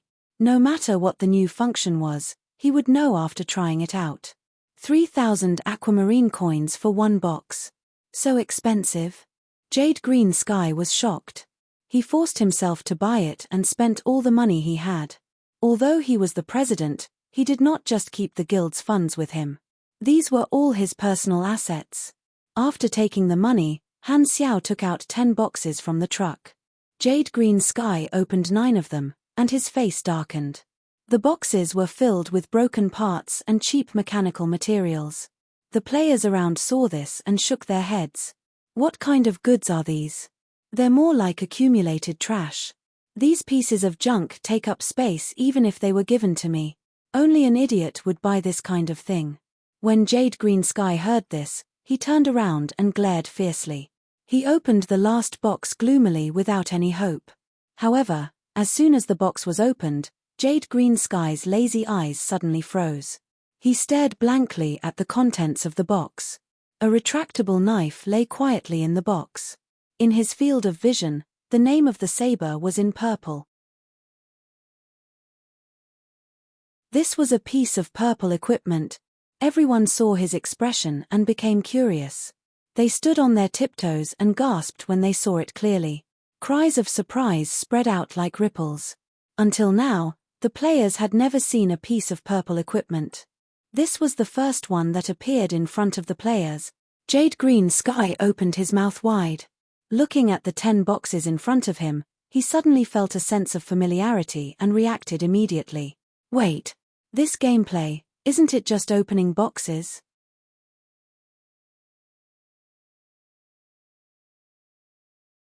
Chapter 271. Isn't this the way to open treasure chests? This idea spread like a virus, and the players' interest was piqued. Some of the gamblers were so excited that their hands were trembling, and they could not wait to go all out. The most low-traffic, commercial-free website on mobile phones. Opening treasure chests was also known as the evil road of paywalls. It was a classic way for game developers to generate revenue, and Han Xiao was naturally very familiar with it. Not only could it ignite the gambler's desire to gamble, but he could also earn a huge sum of money if they fell into the trap. Coincidentally, he had the conditions and needs to do so he could use it as one of his regular activities to attract players. Every planet had its own currency, and after the 3 universal civilizations established order, for the convenience of communication, they created a universal culture, a universal currency, and a universal language. The unique currencies of the various galactic civilizations could be converted into the universal currency, but a surface civilization like Blue Star naturally did not have such a privilege. The aquamarine dollar had almost no purchasing power, and it could not be used in the universe at all. Therefore, if one wanted to go to the galaxy, they had to first convert the money into resources and machines. Different civilizations had different prices for resources, and it could barely be considered a hard currency in the universe. No matter how bad it was still more valuable than the aquamarine dollar. In version 2.0, the novice planets would connect with the galactic civilizations in different ways, and the local currency would be exchanged, so the players did not have to worry about this problem. However, Han Xiao wanted to leave the novice planet in version 1.0, so he had to pay attention to the differences in currency, language, culture, and so on. His wealth was all in the aquamarine dollar, and it was a pile of waste paper outside of Blue Star. Therefore, he used it all to buy materials and machines. Furthermore, he could also gain some experience by making machines, increasing his foundation. Because of this, he had accumulated a lot of useless machines, and he used them as prizes to open treasure chests. The drop rate of the treasure chests was completely under his control. Most of the treasure chests were filled with useless parts and garbage, and only a few of them contained good stuff. The cost would not exceed the profit, so it was a sure win. Of course, the players would also spend money to bet on the future even if they knew that they could be unlucky. Before seeing a pile of garbage, everyone would feel lucky. Even players who did not have much money would grit their teeth and buy one to try their luck. Even if they were unlucky, they would convince themselves that they would be lucky next time. They would never get tired of it. Most players like this kind of lucky draw. They have the opportunity to earn a huge profit with a very small cost. It's the same principle as the lottery. But now, other than me, there's no lucky draw anywhere else. There are two kinds of lucky draws. One is the game's official store. The lucky draw in the store is not online yet. It's mainly a special virtual item, such as dungeon crystals, gene repair fluid, red and blue potions, experience potions, and fashion accessories. The other is the actions of the storyline organizations and characters. This is the proper way to obtain direct benefits. For example, some organizations have a contribution system to draw powerful equipment and items, or some mysterious merchants have gambling games, and some organizations deal with old goods for the players to make money. When the organizations and civilizations understand the players better and treat them as mercenaries, the lucky draw for storyline characters will gradually appear. Speaking of which, it should be a new way for the organizations to drive the inhuman mercenaries, using profit as the motivation. My image in the eyes of the players is probably planet protagonist, mechanic mentor and merchant, handsome, important NPC with legendary characteristics, and so on. The acceptance of me doing the lucky draw is also higher among the players. Furthermore, it's the first lucky draw, so it should attract more attention. Han Xiao pondered. 3,000 per box was not cheap, but the players at this level had some spare cash, so buying 1 or 2 boxes would not hurt them. If they got a piece of purple equipment, they would be rich. There was not a single piece of purple equipment on the market, which meant that it was a seller's market. The rarer something was, the more expensive it would be. Their burning gazes immediately focused on the large truck full of boxes. All kinds of thoughts flashed in the eyes of the players. Then, they saw Han Xiao standing at the side, and all their thoughts were extinguished. It was better to spend money honestly and not seek death. Of the 10 boxes, 9 were trash, and 1 was purple. It was unknown whether Jade Green Sky was lucky or the ratio was that high to begin with. The players started to buy enthusiastically, and the boxes were opened one after another. Some were happy, while others were sad. Other than trash, there were other things, such as some useful materials, some green equipment, and some blue equipment. Overall, the drop rate was quite high, but there was not a second piece of purple equipment. Could it be that the purple equipment is only dropped after 10 consecutive draws? A player's face was red, and he could not control himself. It's hard to say. I feel that the drop rate is a bit weird, and it can't be explained by normal logic. First, we have to understand one thing. Is the opening of the boxes introduced by Black Phantom a part of the game's plot? Everyone knows that it is extremely realistic, and every character seems to have their own logic, almost like the real world. A character's actions definitely have their own reasons and motives. So, is this lucky draw a function of the game official, Or is he really clearing the storage? A guy pushed his glasses up, and a wise light flashed through his lenses. But if he is clearing the storage, why didn't he just throw away the remaining items but sell them to us instead? Wow, this guy is quite knowledgeable. Everyone was attracted by this guy's words, and they surrounded him. They looked up and saw that this guy's ID was King of Single Draw. The surrounding players' mouths twitched. No wonder he spoke so clearly. His ID showed that he was a veteran of the martial arts world. Someone asked, "That's interesting, how do we tell?" The storage of the heavy boxes was getting smaller and smaller. King of Single Draw's eyes flashed, and he walked past the crowd and asked loudly, "How many boxes are there left?" Han Xiao waved his hand and said, "A total of 786 boxes, and there are 530 left." The players were stunned, and there was an uproar. They thought that the boxes were unlimited, but they did not expect that it was limited. This time, some of the spectating players could not sit still anymore, and they waved their cash to join in the rush to buy the boxes. King of Single Draw changed his posture, one hand on his chest, one hand on his chin, and he looked like a detective in deep thought. He said with certainty, "That's right, since it's limited, it can't be a function of the game official. Black Phantom is really clearing the storage, but he chose to seal the boxes and sell them instead of just throwing them away. And there are still precious purple equipment in the storage, so this can't be considered a waste disposal at all. So, the only reason is that this is not a waste disposal in the true sense. Black Phantom is actually secretly giving us benefits by doing this. That's right, us Inhumans helped him build the sanctuary, so this is a hidden reward to us." King of Single Draw's voice was not soft, and when the players in the square heard it, they immediately agreed.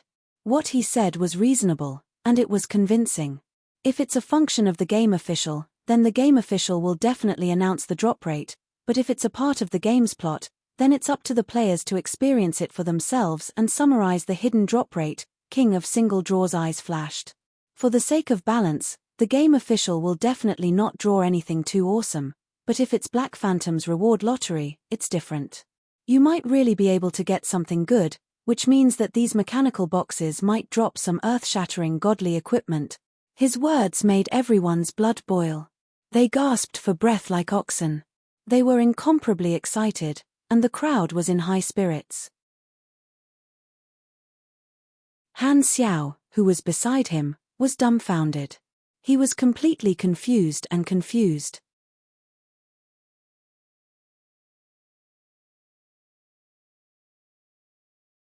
Chapter 272.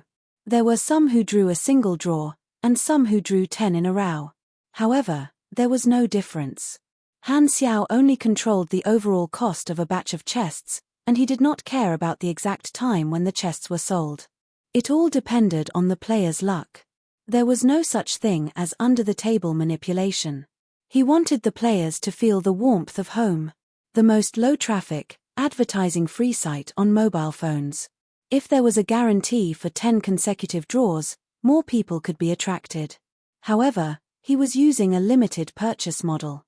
There were only so many chests in each batch, and they would definitely be sold out. Even if he did not earn more, it would increase the cost. If there was a guarantee for 10 consecutive draws under the premise of limited purchase, there might be rich guilds who would buy in bulk and use their resources to crush normal players. That would not be good. In the first batch of chests, there was only one purple item, Jade Green Skies. Only this item was given out by Han Xiao himself to ensure that it would attract the interest of the players. He did not care about the other chests. Other than the discarded parts, there were a few blue equipment, a dozen green equipment, and some useful parts and materials. The players could accept this drop rate. Some were happy, while others were sad. In the first batch of over 700 chests, only a small portion of the thousands of players bought them. The others watched from the side. This batch of overstocked goods has been dealt with. I will clear the warehouse regularly in the future, Han Xiao said. Ah, that's it. The players wanted more. They were itching to buy more. It was useless even if they wanted more. The players could only watch as Han Xiao drove away. The players who had gained something were happy. Half a cigarette when lonely was envious. He touched his wallet and hesitated. 3,000 per chest. So expensive. I can't get anything good with my luck. Should I buy it? 3,000 per chest. I sold over 700 chests this time. That's probably a lot of money. Han Xiao calculated in his mind as he drove. After deducting the cost, there was a net profit of about a few $100,000. This allowed the capital to flow in and out continuously. It completely covered the cost of buying materials and building machinery. It was more stable and profitable than selling goods. He put high-quality equipment in the chests that matched the players' levels. He would not give out anything that was too good to be true. The first unboxing event caused a lot of discussion among the players in the shelter, and their excitement was piqued. Han Xiao struck while the iron was hot, and after a few days, they started the next unboxing event. After 4 consecutive times, the players finally began to get used to this regular activity. Every time it was a fixed time, the players would wait in the square in advance for Han Xiao's car to arrive, rubbing their hands in anticipation. There were hundreds of boxes in each batch.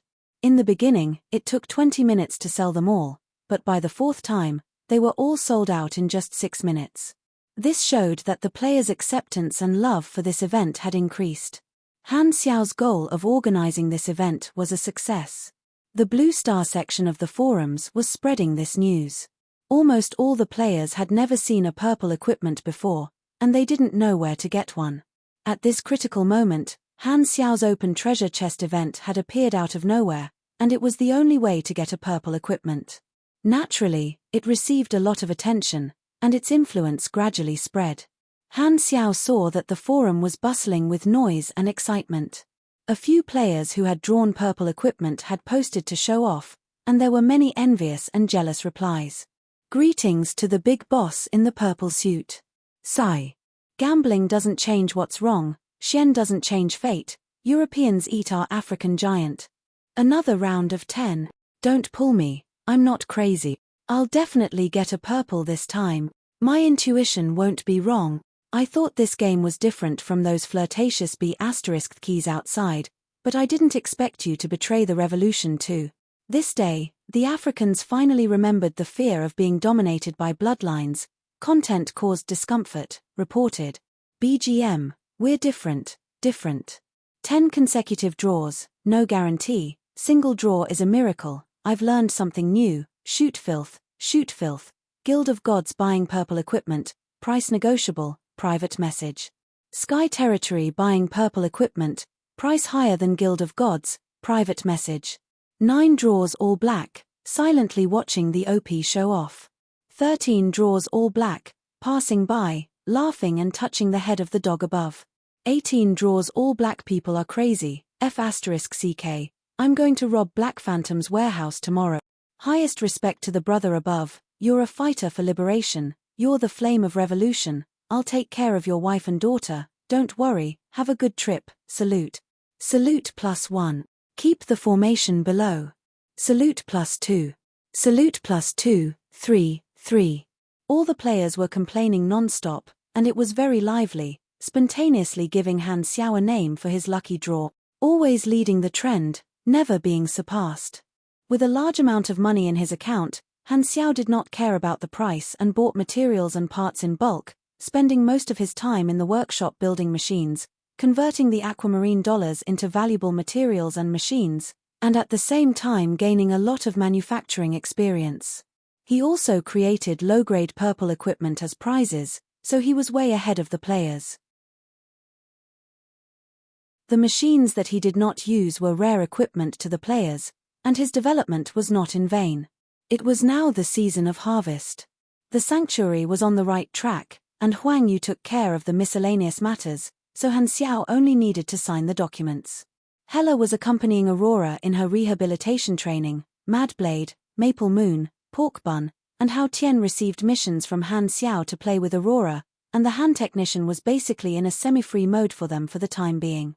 At the same time, Han Xiao did not forget to take a look at the direction of the war occasionally. The Six Nations situation was very good, and the Germinal organization was basically in a state of collapse. He estimated that after a while, the Germinal organization would happily announce GG, ending the war completely, and the whole of Blue Star would be liberated from the shadow of war.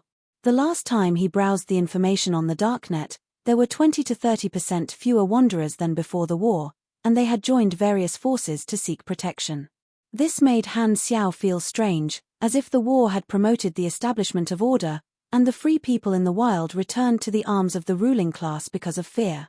The situation was developing in a better direction, but Han Xiao believed in Murphy's Law. Before the dust settled, he did not want to pay too much attention to the war, in case there were any accidents. Anyway, he had done what he could. All the information was provided by him, and he had also harvested the combat power of the Germinal Organization's executive officers. He had the upper hand in terms of combat power and intelligence. If he still could not win, then the Six Nations could go to hell. Han Technician temporarily focused on the players' main city plan. The players were an important part of the plan, and he valued them very much. On this day, Han Xiao pulled another cart of boxes, and the players swarmed toward him. In every event, the king of single draw, who was always talking, did not make a move. He was very patient, observing like a hunter, recording the results of the other players and calculating the drop rate. Influenced by him, the king of single draw was surrounded by a circle of players, and they followed suit. At this time, a confident voice exploded in the crowd. "Give me 100 boxes." Everyone was shocked. They looked toward the source of the voice and saw a player with the ID "So poor all that has left money" walk out. "So poor all that has left money, is this a real tycoon? 100 boxes is equivalent to 300,000 aquamarine dollars. F***CK, that's a sky-high price. So he's a real tycoon. Let's be friends. That's a big deal." In the past, only the big guilds could do consecutive draws, and the highest number of consecutive draws was 15. 100 consecutive draws is too crazy. I've never seen it before.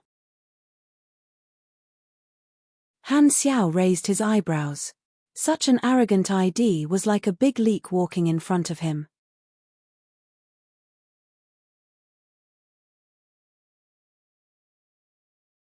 Chapter 273. 100 boxes were neatly stacked into a small hill. It was a rare scene, and the players could not help but temporarily stop buying and watch curiously. So poor that only has money took a deep breath and quickly opened the boxes. The onlookers craned their necks, and their faces gradually changed from anticipation to astonishment, and then to ridicule. All 100 boxes were opened, and the best one was a blue submachine gun. The discarded parts were piled up into a small hill, and so poor that only has money's face turned green. A blue equipment in 100 consecutive hits. Good, this wave is very strong. Chief, please accept my worship. You can't change your fortune, big brother. New expansion pack, Galaxy, Destruction of the Tycoons. Why do I feel so good? Someone was gloating. So poor that only has money grabbed his hair in distress, looking depressed. Just like his ID, he was a tycoon and was used to throwing money. This method was successful most of the time. With money, he could do whatever he wanted. Lottery events were his favorite. He did not care whether he earned or lost, but he liked the moment of pleasure when he got something good. However, he was defeated by Han Xiao. No matter how many consecutive draws there was no guarantee. Just like lottery tickets, it all depended on luck and probability. So poor that only has money felt that there was a high probability of getting something good, but his face was so black that people could not bear to look at it. Although it was good to be a tycoon, Han Xiao treated them equally. He did not want to break the rules because of tycoons. His target customer group was all players with a large base, so that more people could participate in this event and make it a main city feature, not an event that only belonged to tycoons. After all, the number of boxes was limited, and there was no guarantee for consecutive draws to avoid one person buying too many boxes. If there was a guarantee for consecutive draws, other tycoons or guilds would follow suit. Every batch of limited boxes would be bought by a few tycoons, and other players would have fewer opportunities to participate. This would gradually reduce the attraction of the event, and long-term development was the way to go. People had a herd mentality. Once it was a group's hobby, needs, and habits, the overall impact on the player group was different. So poor that only has money wanted to buy more, and this made the other players unhappy. 100 consecutive draws was fine. They would treat it as something new. The number of boxes was limited, and it would be too much to buy more. Seeing that the crowd was stirred up and that he was so poor that he only had money left, he could only give up. He awkwardly scratched his head and walked to the side. Beside him, King of Single Draw had a look of disdain on his face as he said to the crowd beside him, "Did you see that? There's no skill in throwing money at all. There's only a large amount of observation and research. Calculating the drop rate through calculation is the way to go." As he spoke, the King of Single Draw was brimming with confidence. He grinned, and his teeth and glasses flashed at the same time. "Next, watch my performance." Leading the crowd to Han Xiao, the King of Single Draw was fully focused on his calculations. After the players had bought the boxes, he suddenly shouted, scaring the crowd. Then, he squeezed to the front of the line and bought the next box. "Hehe, based on my experience, there must be good stuff in this box." The King of Single Draw's confidence was off the charts. He opened the box under everyone's expectant gazes. Everyone fell silent with strange looks in their eyes. The atmosphere was very awkward. The King of Single Draw's mouth twitched. He coughed dryly and said, "You should know that this is a matter of probability. If the first time doesn't work, try a few more times. I'm sure something good will come out." However, the next 4 singles were all black, and his eyes became more and more suspicious. "Can you do it or not? Bullsh *T, next time, it will definitely be purple." The King of Single Draw's eyes were red, and he was panting like a drunk gambler. He bought a new box, closed his eyes, and murmured, "Gods and deities, please bless my luck this time. Amitabha, may I have good luck." After muttering more than 10 times, he felt his palms heat up, as if an inexplicable energy had descended upon him. All kinds of famous sayings flashed through the half-a cigarette when loneless mind. Where there's a will, there's a way. If there's a will, there's a way. If there's a problem, then there's a way. If there's a problem, then there's a way, and so on. There's definitely something this time. The King of Single Draw suddenly opened his eyes. His confidence surged. He shouted and opened the box. A pile of trash. The King of Single Draw stood in place, dazed. Why is it like this? Could it be that the laws I researched are all fake? Opening the box is fake. This world is fake, it's all fake.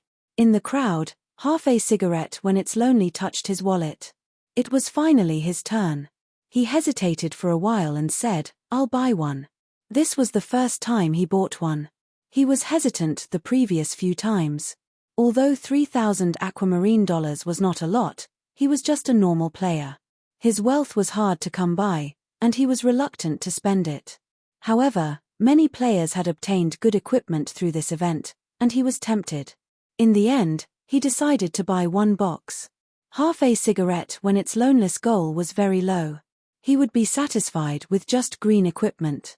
He did not even dare to think about blue or purple equipment. Half-a cigarette when its lonely ran to the side, held his breath and opened the box. Purple light rushed into his eyes. Purple equipment. Half-a cigarette when it's lonely was stunned. He was so excited that his whole body trembled. The players around him all looked at him with envy. Another lucky guy. TSK, I want a purple equipment too. Every time, someone would get a purple equipment. Although it was rare, the players had seen many people get purple equipment, so they were used to it. After a while of envy, they no longer cared. Half-a cigarette when it's lonely picked up the purple equipment and played with it. Suddenly, he had an impulse. Why don't I buy another one to try my luck? Half-a cigarette when it's lonely calmed himself down and bought another box. He opened it casually. Purple light again. Half-a cigarette when it's lonely opened his mouth wide, and his heart was hit by a huge surprise. The surrounding players looked over again and were amazed. Another purple equipment. You're so lucky. Wow, hurry up and take a breath. 2 draws, 2 wins. Why don't you go buy a lottery ticket? TSK, so what if you're lucky? Every dog has its day. It'll be my turn next year. Brother, I'll allow you to show off, but don't go overboard. Some were envious, some were impressed, and some were jealous. So poor All That Is Money looked helpless.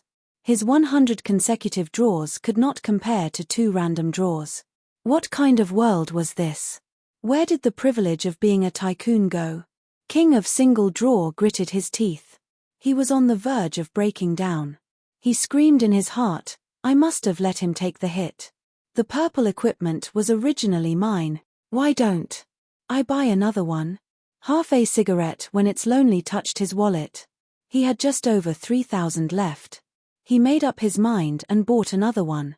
He was like a gambler who had tasted the sweetness and fell into the abyss of gambling. Can I win this time? Half a cigarette when lonely suddenly felt a little regretful. He was already extremely lucky to have gotten it twice in a row. The chances of getting it 3 times in a row was too low. Moreover, there were only 3 purple equipment in each batch. If he had gotten it, wouldn't that mean that he had gotten all the purple equipment in the batch? He opened the box for the 3rd time with a nervous heart. The familiar purple light overflowed. Half a cigarette when it's lonely was stunned. All the surrounding players were stunned. Damn, he won all 3 single draws. What kind of luck is this? No, this can't be called luck. This is King luck. Everyone looked at the stunned half a cigarette when it's lonely in shock.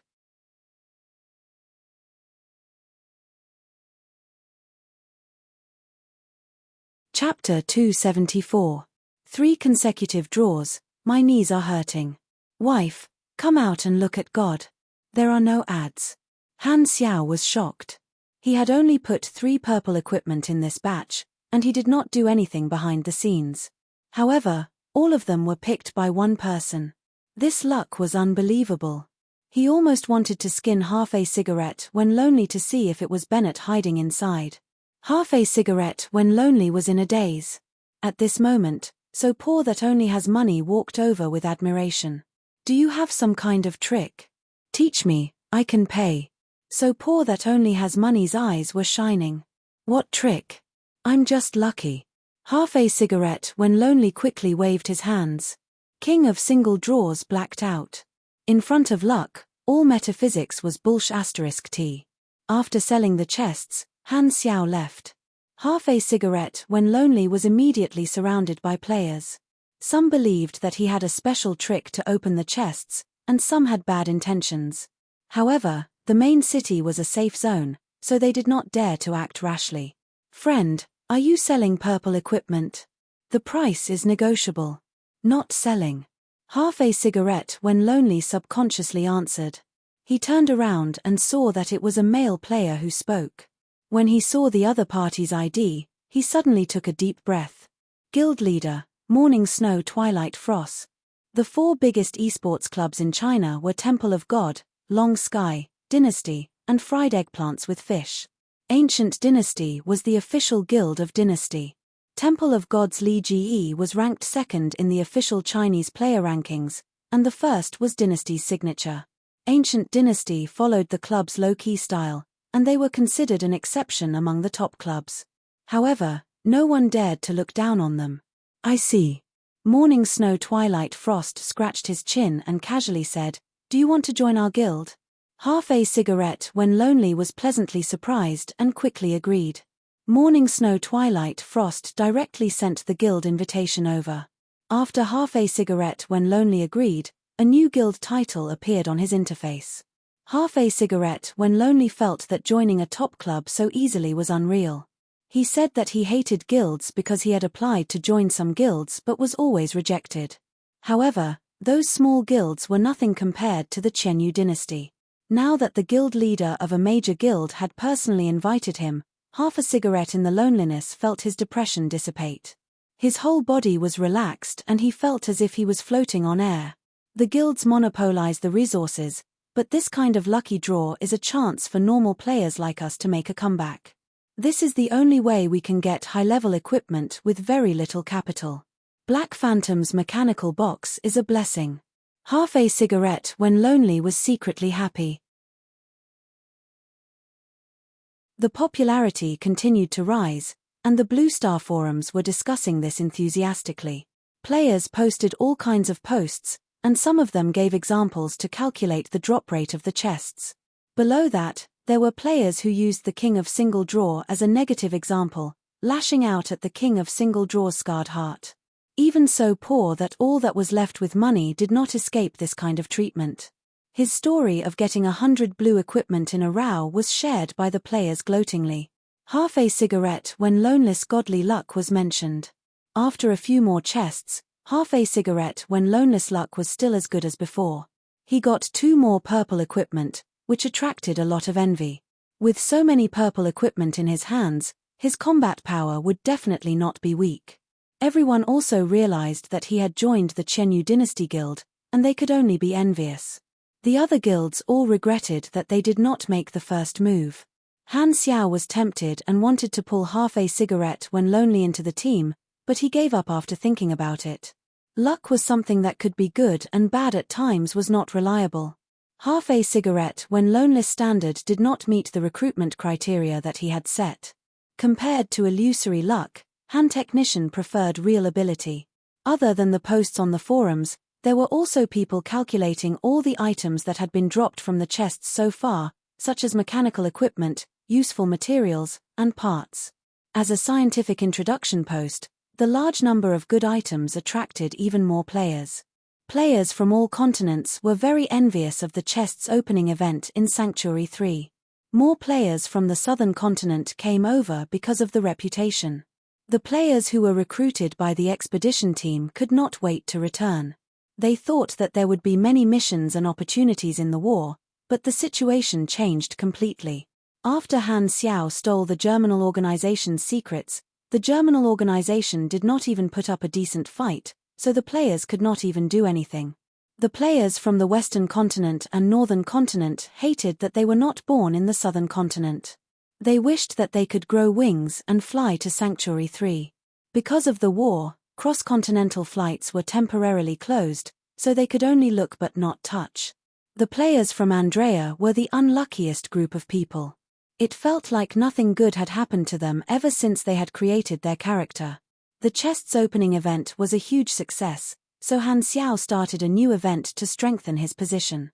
This time, the method was to release a type of prize pool mission on a regular basis as another regular event in the main city. The response was not bad, and the players saw more benefits. At the same time, it increased the variety of activities in the main city. Han Xiao took out some material and guided Pork Bun to make a new episode, introducing the experience and deeds of Han Xiao in more detail than the posts on the forums. This deepened his impression in the hearts of the players again, so the players had a deeper understanding of his deeds.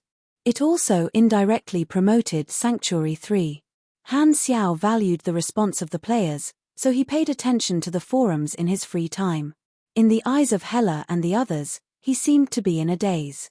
A new episode has been released, and the subtitle is actually The War of the Blue Star. The Galaxy Times rarely uses a single planet as the theme, but this time, it's focusing on the Blue Star. I don't remember there being such an episode in my previous life. Han Xiao's eyes sparkled, and he clicked on the video. Hello, players, the male host said, this is the Galaxy Times, dedicated to sharing first-hand game information and protecting your gaming career. Little Chun, I've been learning to play an instrument recently, the female host said. Really? What instrument are you learning, Chocho? Let me show you. Guess what I'm playing? The female host took out her guitar and played for a while. The melody was very familiar, and it seemed to be a famous song. After she finished playing, the female host asked, Little Chun, can you guess what I'm playing? You're playing the guitar. The opening joke of every episode was as cold as always. Han Xiao felt like his bladder was about to freeze. After this segment, they finally entered the main event. The two hosts first talked about the recent trends in the professional circle and the problems that the players had encountered, then changed the topic and cut to the main topic. Recently, the Blue Star events have been happening frequently. The Six Nations and the Germinal organization have a worldwide conflict. Players have experienced it personally, and there is no doubt that this is a main storyline event of a planet. Compared to other planets, The Blue Star main storyline broke out first, which is very typical. Therefore, in this episode, we will analyze the Blue Star main storyline war, summarize the characteristics of the main storyline event, and speculate about its future impact. Hearing this, Han Xiao finally understood why this episode appeared. Under his operation, the main storyline war between the Six Nations and the Germinal Organization broke out more than a year earlier, and now was only the early stage of the players. The main storyline of most of the novice planets was still in preparation. Blue Star, where a global war broke out, naturally became the most eye-catching planet, which was very good material for the show. The two hosts first introduced the background of the Blue Star planet, then began to analyze. The war has lasted for nearly 2 months, and it has entered the final stage. Now, the Germinal Organization is on the verge of defeat. The impact of the war on the planet's environment is also very obvious.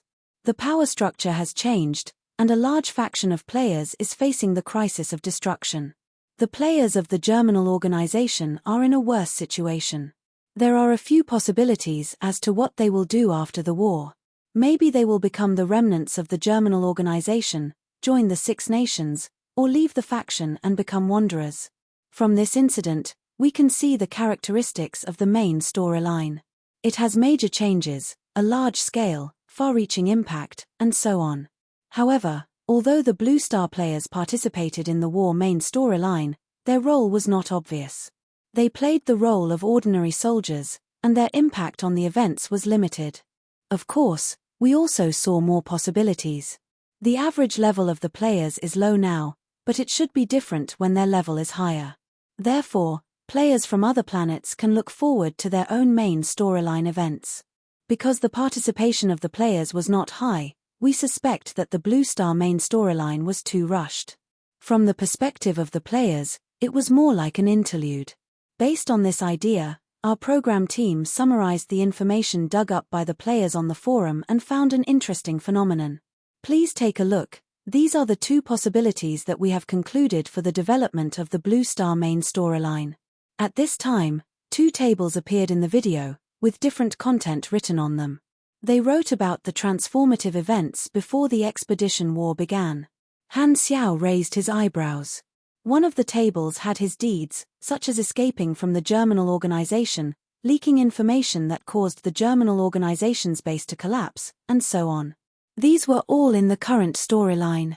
He had exposed his identity, and this information had been shared with the players through different channels. In the tables, his deeds were marked in red. The other table removed his deeds, and the result of the deduction was completely different. It believed that the conflict between the Six Nations and the Germinal Organization would start from the bases on the various continents, and all the players would be able to participate in it. The players would be able to grow in it, and the war would only start after they reached higher levels. The war would last several times longer than the current one. Interesting, this is very similar to the storyline in my previous life. To be able to notice this, their logic and observation skills are very detailed. Indeed, there are many crouching tigers and hidden dragons among the players. Han Xiao's interest was piqued, and he continued watching. As you can see, the conclusions of the 2 tables are completely different, the male host said. One is the current storyline, and the other is the predicted storyline.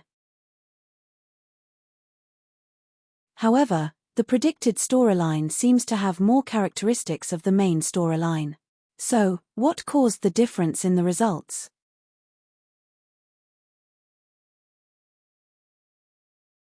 Chapter 275. The 2 hosts analyzed the development of the main storyline in the 2 tables and focused on the theme of the show. They used Blue Star as an example to explain the characteristics of the main storyline to the players. There was also a discussion on the bullet screen. Players from other planets learned about the character Han Xiao from the show. Han Xiao raised his eyebrows. This was not the first time his name appeared. After all, he had been around for so long, so it was normal for people to report about him. It was not difficult to understand why the Galaxy Times had deduced another possibility for the main storyline. When he revealed his real identity, he also exposed his deeds. As long as the players tried to remove these deeds, it would not be difficult to logically deduce the original storyline. However, the number of players was huge, so it was hard to guarantee that no one would think of this. From the perspective of the players, Han Xiao played a crucial role in the main storyline. Now that the storyline had been set, the other possibility was just a speculation. It could only be used to highlight his role in the storyline and make more players interested in him. I am very famous in Blue Star, but my fame is limited in the eyes of the players from other planets. I pushed the storyline forward and made the main storyline explode. Being chosen as the theme by the Galaxy Times is equivalent to indirectly promoting my fame, Han Xiao said. In summary, Black Phantom played a role in pushing the storyline forward in the main storyline, the female host said. According to this example and the player's information, we can boldly speculate that every main storyline will have a core character like Han Xiao, who can be called the main character of the storyline, the main character of the planet. It can even be said that the current main storyline of each planet is derived from the main character of the planet. Han Xiao scratched his head. In fact, the original main character of the storyline was the leader. Forget it, it is not important. In theory, every NPC can extend the storyline, the male host said. Powerful NPCs with rich experience and deep backgrounds can naturally extend the storyline of more diverse events.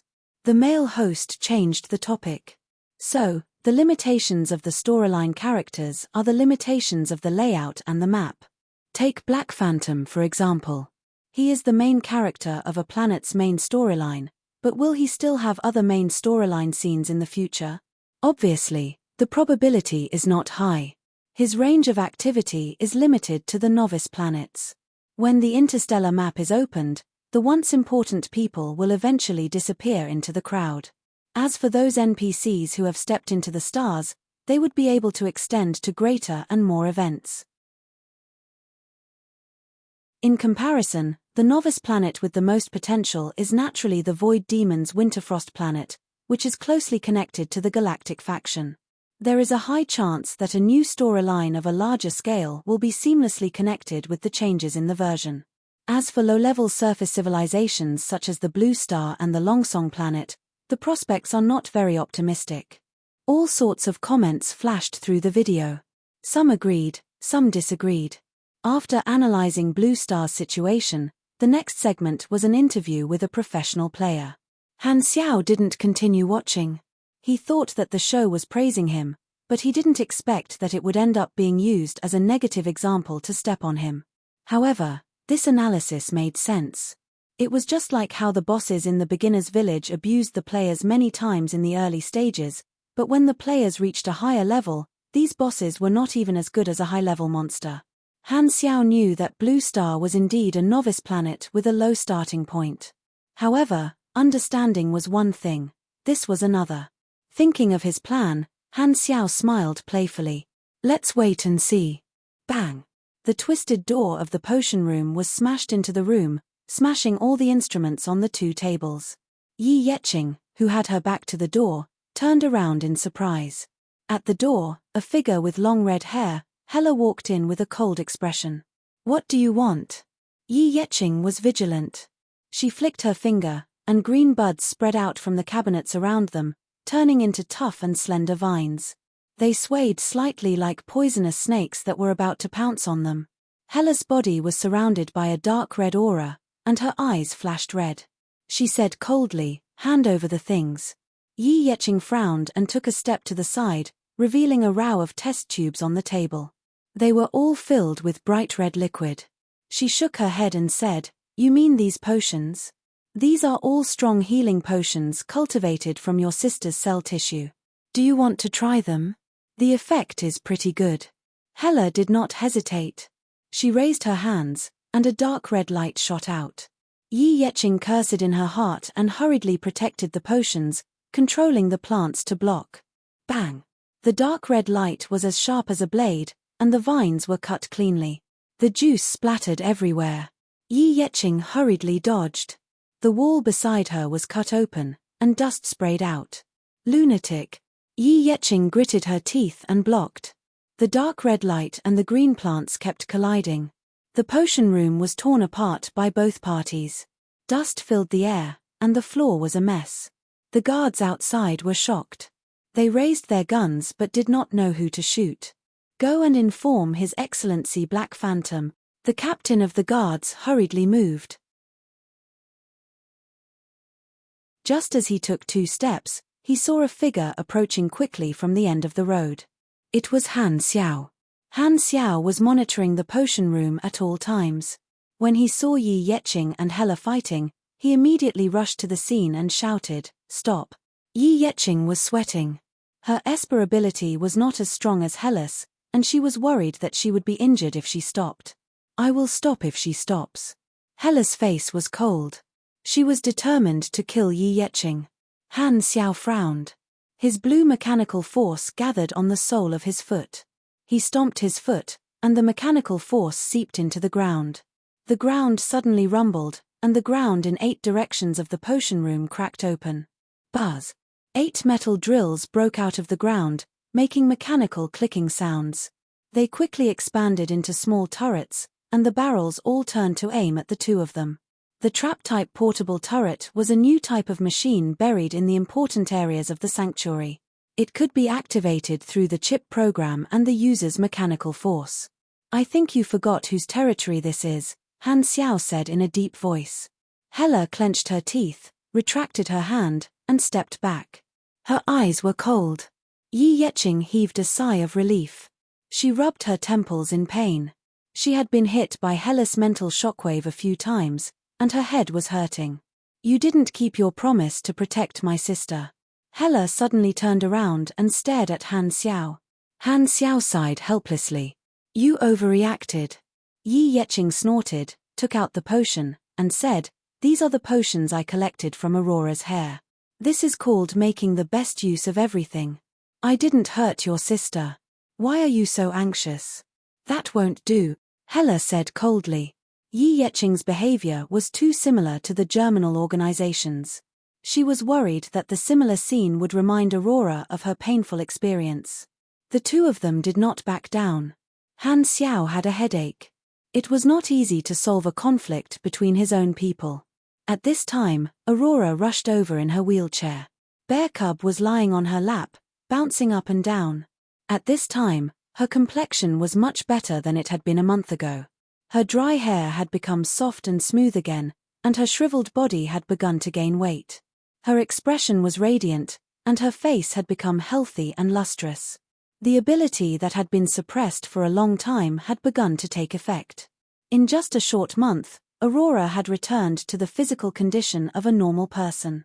"Sister, why did you fight with the doctor?" Aurora asked anxiously. Yi Yeqing glared at Hela and told her the whole story. Aurora was enlightened. She blinked and said, "It's just some hair. As long as I can help Uncle Han, I don't mind." In the past, only her sister was good to her. Now, Han Xiao was also good to her. Aurora was very willing to contribute her role. Only then would she feel more at ease and feel that she could repay Han Xiao's kindness. Han Xiao did not comment. He knew that Yi Yeqing's experiment was just some fallen hair. It was not too much, so he turned a blind eye to it. However, Hela's reaction was too extreme. Aurora smiled brightly. "Sister, don't worry. I'm not that weak." Hela was silent for a while. She turned around and left. She said in a low voice, "I know." This little episode came to an end. Han Xiao asked the guards to clean up the scene. Yi Yeqing walked to him and said with a smile, "I didn't know that there were so many cannons near the potion lab. You were spying on me, right?" Han Xiao glanced at her. "Hee, don't worry. I'm not that untactful. After all, I'm a tool that you exchanged for. Tools are meant to be manipulated by others." Yi Yeqing played with her hair and said with a playful smile, "Oh." Han Xiao turned around and walked away. Yi Yeqing's smile froze on her face. What kind of reaction was that? He was not angry or apologetic. He did not even threaten her. Was he that indifferent? The moon and stars were hanging low. The night was dark. After a day of manufacturing, Han Xiao stored the goods in the secret base. On the way back to his house, he suddenly saw a graceful figure sitting on the roof next door. The gentle moonlight illuminated half of the body. It was Hela. She was holding her chin and looking at the moon. It seemed that she had been sitting there for a while. Han Xiao thought for a while and jumped up. Hela heard the sound but did not turn around. She asked faintly, "What are you doing up here?" "I came to take a look." "Why are you not sleeping at night?" Hela snorted and did not answer. Han Xiao also sat down. He shook his head and said, "Your reaction today is too extreme. You didn't seem to be so impulsive before." Hela frowned. "What does it have to do with you?" "Well said. What does it have to do with me?" Han Xiao touched his chin and murmured, "Why didn't you say this when I saved your sister?"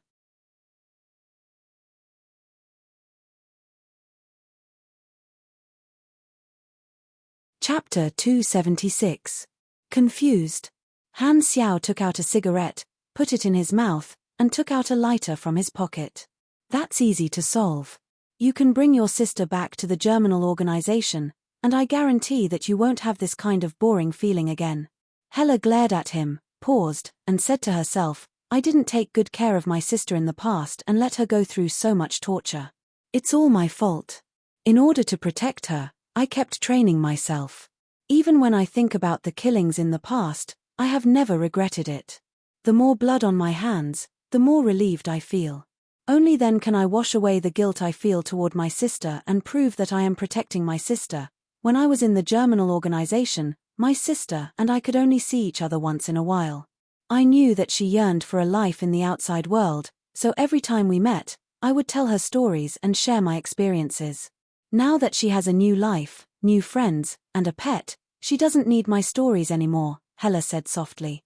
Han Xiao did not light up the cigarette for a long time, so he took out his gun and fired a shot into the air. He lit up the cigarette with the hot barrel, took a puff, and could not help but say, "That bear is mine. Saving her has always been my wish. Now that my wish has been fulfilled." Hela ignored him and said in a low voice, "She doesn't need my protection anymore." Hela looked at her palm and said softly, "In the past, I couldn't wait to use all my time to train my Esper ability and make myself stronger. Now that the germinal organization is about to be destroyed, my sister and I are safe, power doesn't seem to be important to me anymore. So, I used all the time I used to train to accompany my sister. This has always been my biggest wish." Hela suddenly clenched her fist and crushed the stream of light. She lowered her eyes and said softly, "But why does this kind of dream life make me feel lost? It's obviously my wish, but it makes me feel empty. I hate this feeling," Han Xiao said. "Being in danger all year round, you won't be used to suddenly relaxing. This is a typical war wound. Of course, I'm more inclined to another possibility. You have the blood of war flowing in your bones, and your cells desire to fight. Bloodthirst is your nature. A peaceful life is a slow poison to you, and you will only gradually lose your courage." Hela had a strange expression. "You sound like you're trying to lure me to do something bad. What else do you want me to say?" "Comforting words." Han Xiao shook his head. "I'm not going to say that kind of nonsense. A person like you doesn't need comforting. Your sister is your sister, and you are you. You don't need to suppress your nature for her, and she doesn't want you to become different from yourself. Don't find excuses. I can see that what you really want is to fight and kill. Pursuing power is your instinct. This world is bigger than you think. Don't think that I can beat 10 of you with one hand. In the entire universe, there are many people who are stronger than me. How can you beat 10 of me?" Hela expressed her dissatisfaction. Han Xiao's face suddenly turned cold, and his murderous intent burst out. The sudden change shocked Hela. She hurriedly stepped back and unconsciously used her Esper ability. The dark red light flickered, and her face was full of vigilance. "Maybe one day, I will capture your sister like the germinal organization.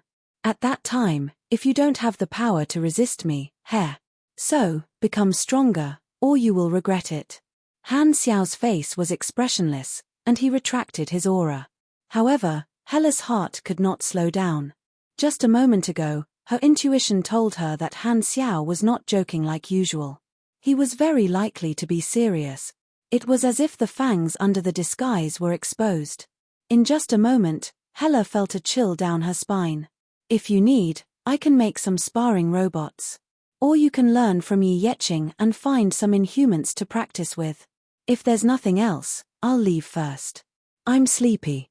I haven't finished this cigarette yet. I'll leave it here. Han Xiao jumped off the roof and walked back to his house. When Han Xiao's back disappeared from her sight, Hella retracted her gaze and let out a long sigh.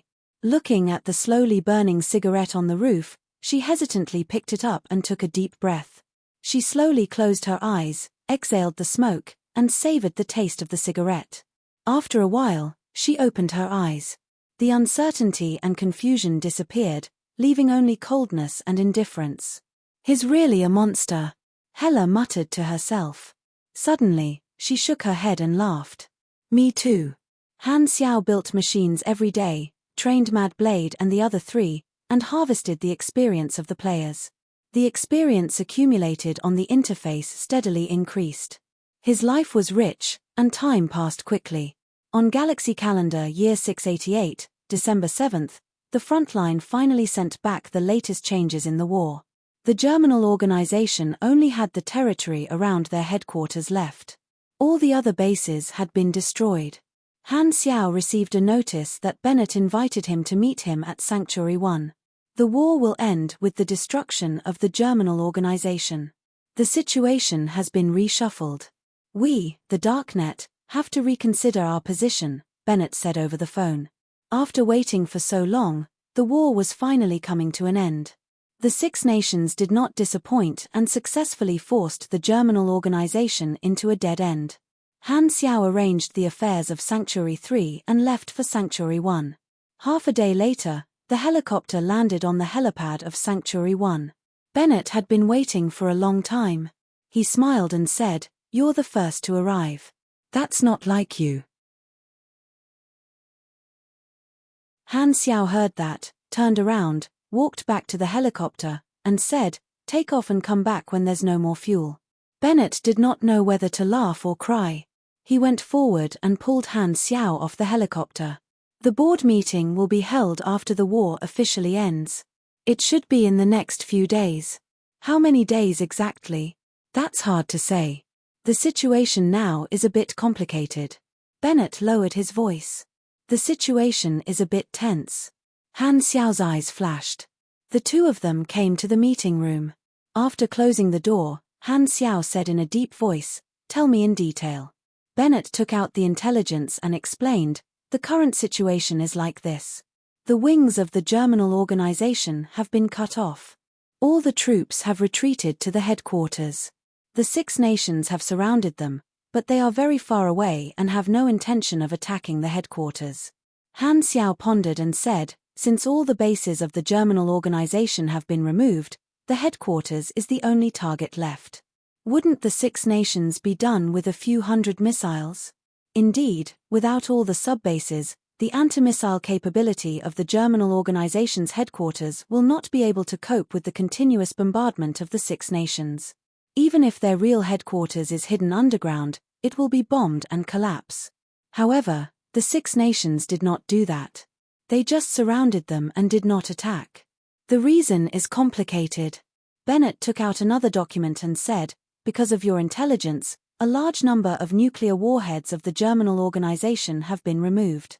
The remaining nuclear warheads have been transported to the headquarters.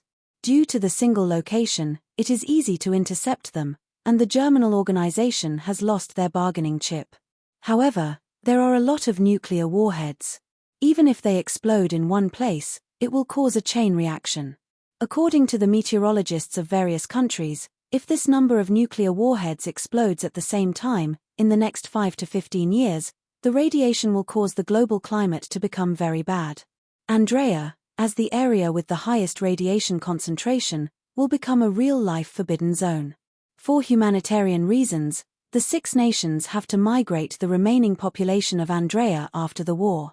Secondly, when the Germinal organization's troops retreated, they captured a large number of wanderers as hostages. It seems that they want the Six Nations to be cautious. If they want to bomb their headquarters, these innocent wanderers will die with them." Bennett sighed. Thus, the Six Nations had different opinions. Raylan and Theseus suggested to ignore the climate disaster and the safety of the hostages and directly bomb the Germinal organization. Stardragon did not say anything. Maple suggested to persuade the Germinal organization to surrender. Hessler suggested to use ground forces to try and rescue the hostages.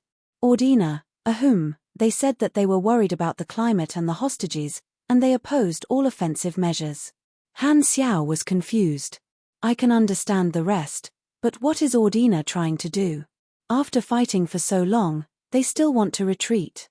Bennett knocked on the table and said helplessly, the leader of Ordina is in his last term this year. They have many political parties, and many people are eyeing his position. If they can delay the war until next year, they can use wartime policy as an excuse to skip the election and directly get re-elected. Han Xiao was speechless. That's crazy. So what is the Six Nations leaning toward now? Surround them but not attack, and try to persuade them to surrender. The Six Nations anti-missile strike is activated 24 hours a day. If the nuclear silos of the Germinal organization launch any nuclear warheads, they will immediately intercept them and directly bomb the Germinal organization's headquarters. Of course, this is the worst result.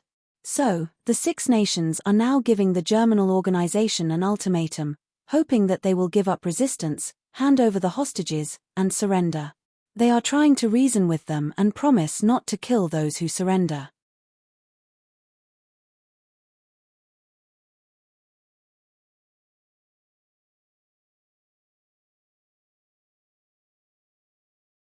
The other key is with the deputy commander. He is on our side. The leader glanced around. Where is he? Of course not. I won't give you any chance. The leader shook his head. It seems that you have already made your decision. Don't be impulsive. We still have a chance to make a comeback. Don't throw away your life for nothing. The bald man tried to persuade. But after saying a few words, he suddenly paused and widened his eyes in disbelief. As he spoke, the leader slowly took out 2 keys to launch the nuclear bomb from his pocket, including the key that should have belonged to the deputy commander. How did you, oh my God, put it down? Why is the key with you? Where is the vice commander? The expressions of the upper echelons changed drastically as they started to speak incoherently. The leader gripped the key and remained silent. Hand over the key. We can't let you do whatever you want. The bald man tried his best to control the muscles on his face to not show any expression of anger or panic. His voice was trembling, and his other hand was secretly gesturing behind his back. The leader shook his head, looked at the people indifferently, and said, My ergo, 5 days ago, you contacted Maple privately. Doramund, Ordina, and you made a small agreement. Lanu, Raylan agreed to provide you with protection. He named most of the people in the room in one breath. Looking at the shocked faces of the people, he slowly said, Your ending after surrendering will naturally be different from the other Germinal soldiers. So, there is no need to be so righteous. Do what you want. The faces of the upper echelons changed, and the fear of being seen through rose from the bottom of their hearts. Although the previous leader was frightening, they could still roughly guess. However, ever since the war started, the leader became more and more unfathomable. No one knew what he was thinking. To be precise, after Zero escaped from the encirclement, the leader changed. It was as if he had become an unfathomable deep pool. The battle was losing, but he was still as calm as water. It was as if even desperate situations could not arouse his anger. The door opened, and dozens of executive officers walked in.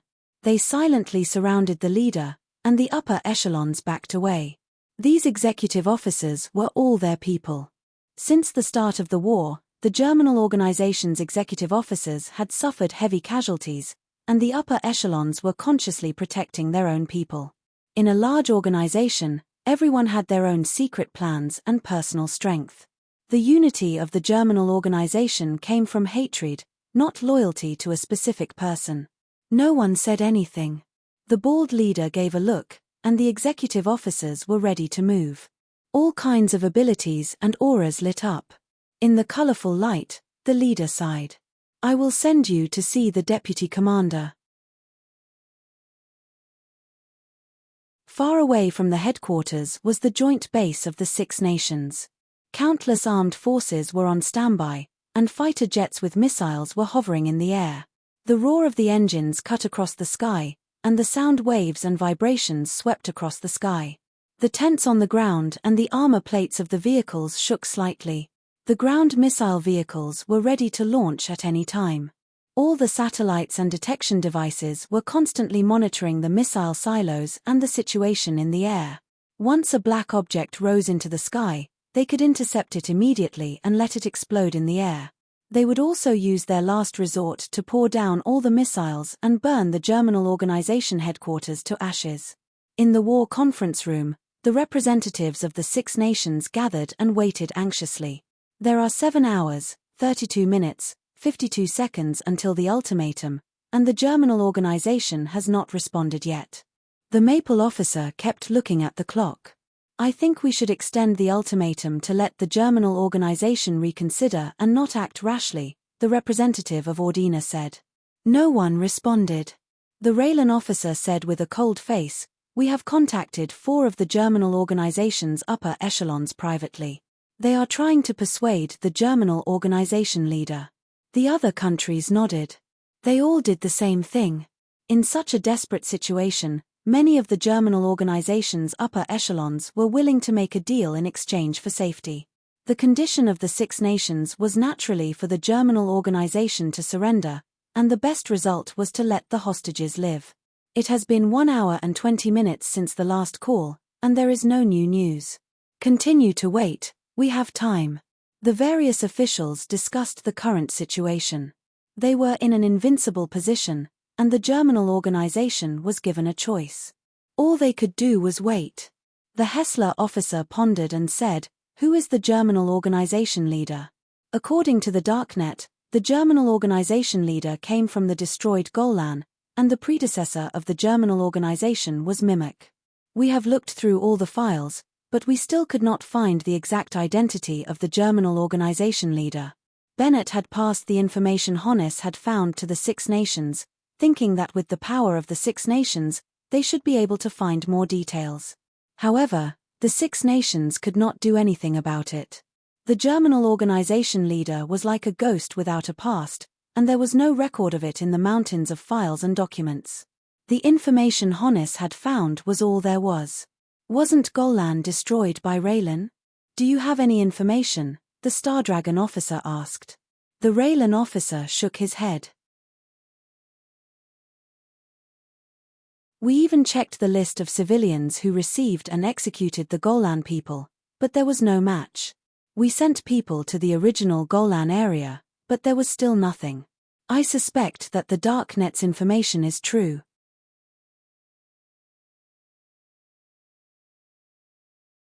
Chapter 278. Huff. His heavy breathing was like a broken bellows, mixed with the sticky feeling of blood and phlegm climbing up his throat. Pa. The mask stained with blood fell to the ground. Leaning against the corner of the table, one could see that the room was full of holes and scars of battle. Dozens of corpses were lying on the ground quietly, and the pool of blood was gradually expanding. In the entire central control room, only the leader was still standing.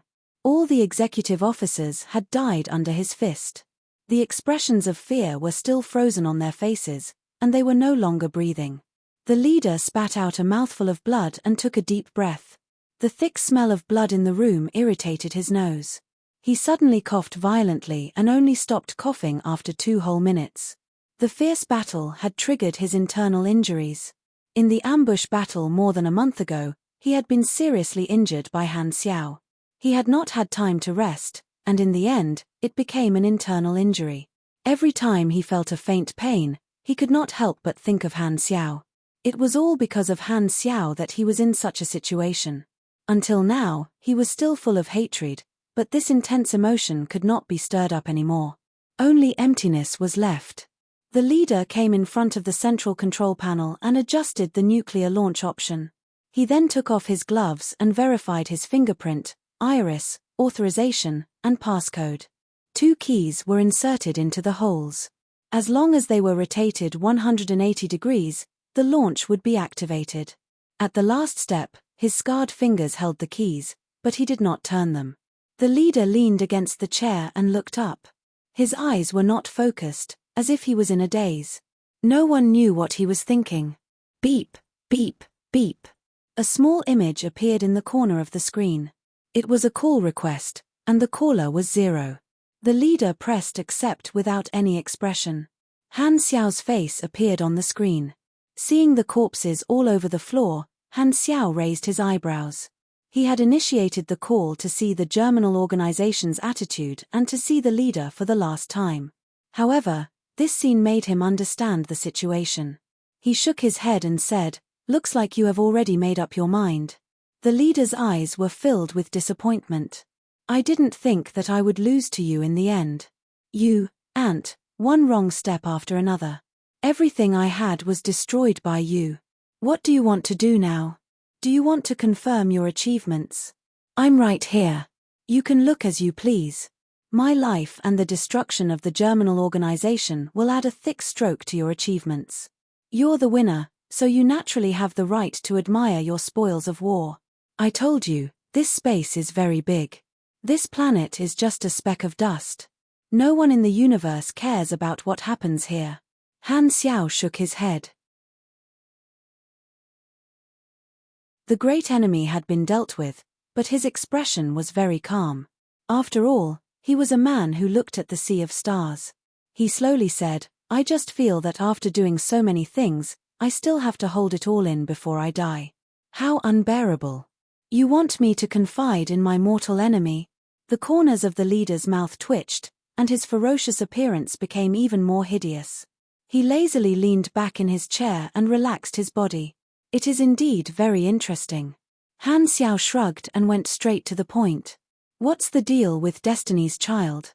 The leader laughed loudly and only stopped after a while. He shook his head and said, "Destiny's Child is just a pitiful worm. He can see the future and influence fate, but he can't control his own life and death. He is destined to be a tool in the hands of others.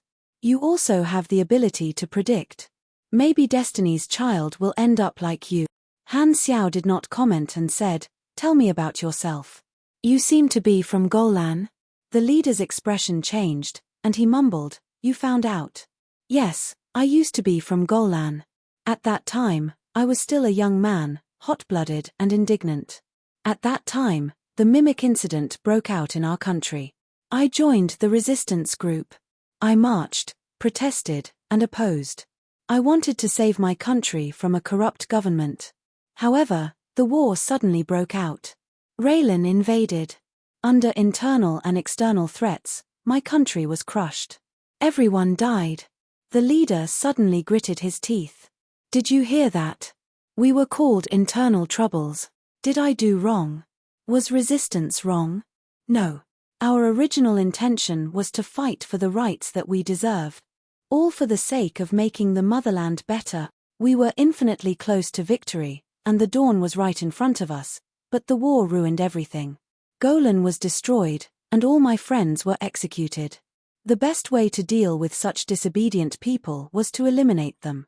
The surviving citizens of Golan were like castrated livestock. They had no choice but to become docile and easier to control. Only a very few managed to escape, and I was one of them. I was not a big shot. I was just an ordinary young man who did not know where I should go.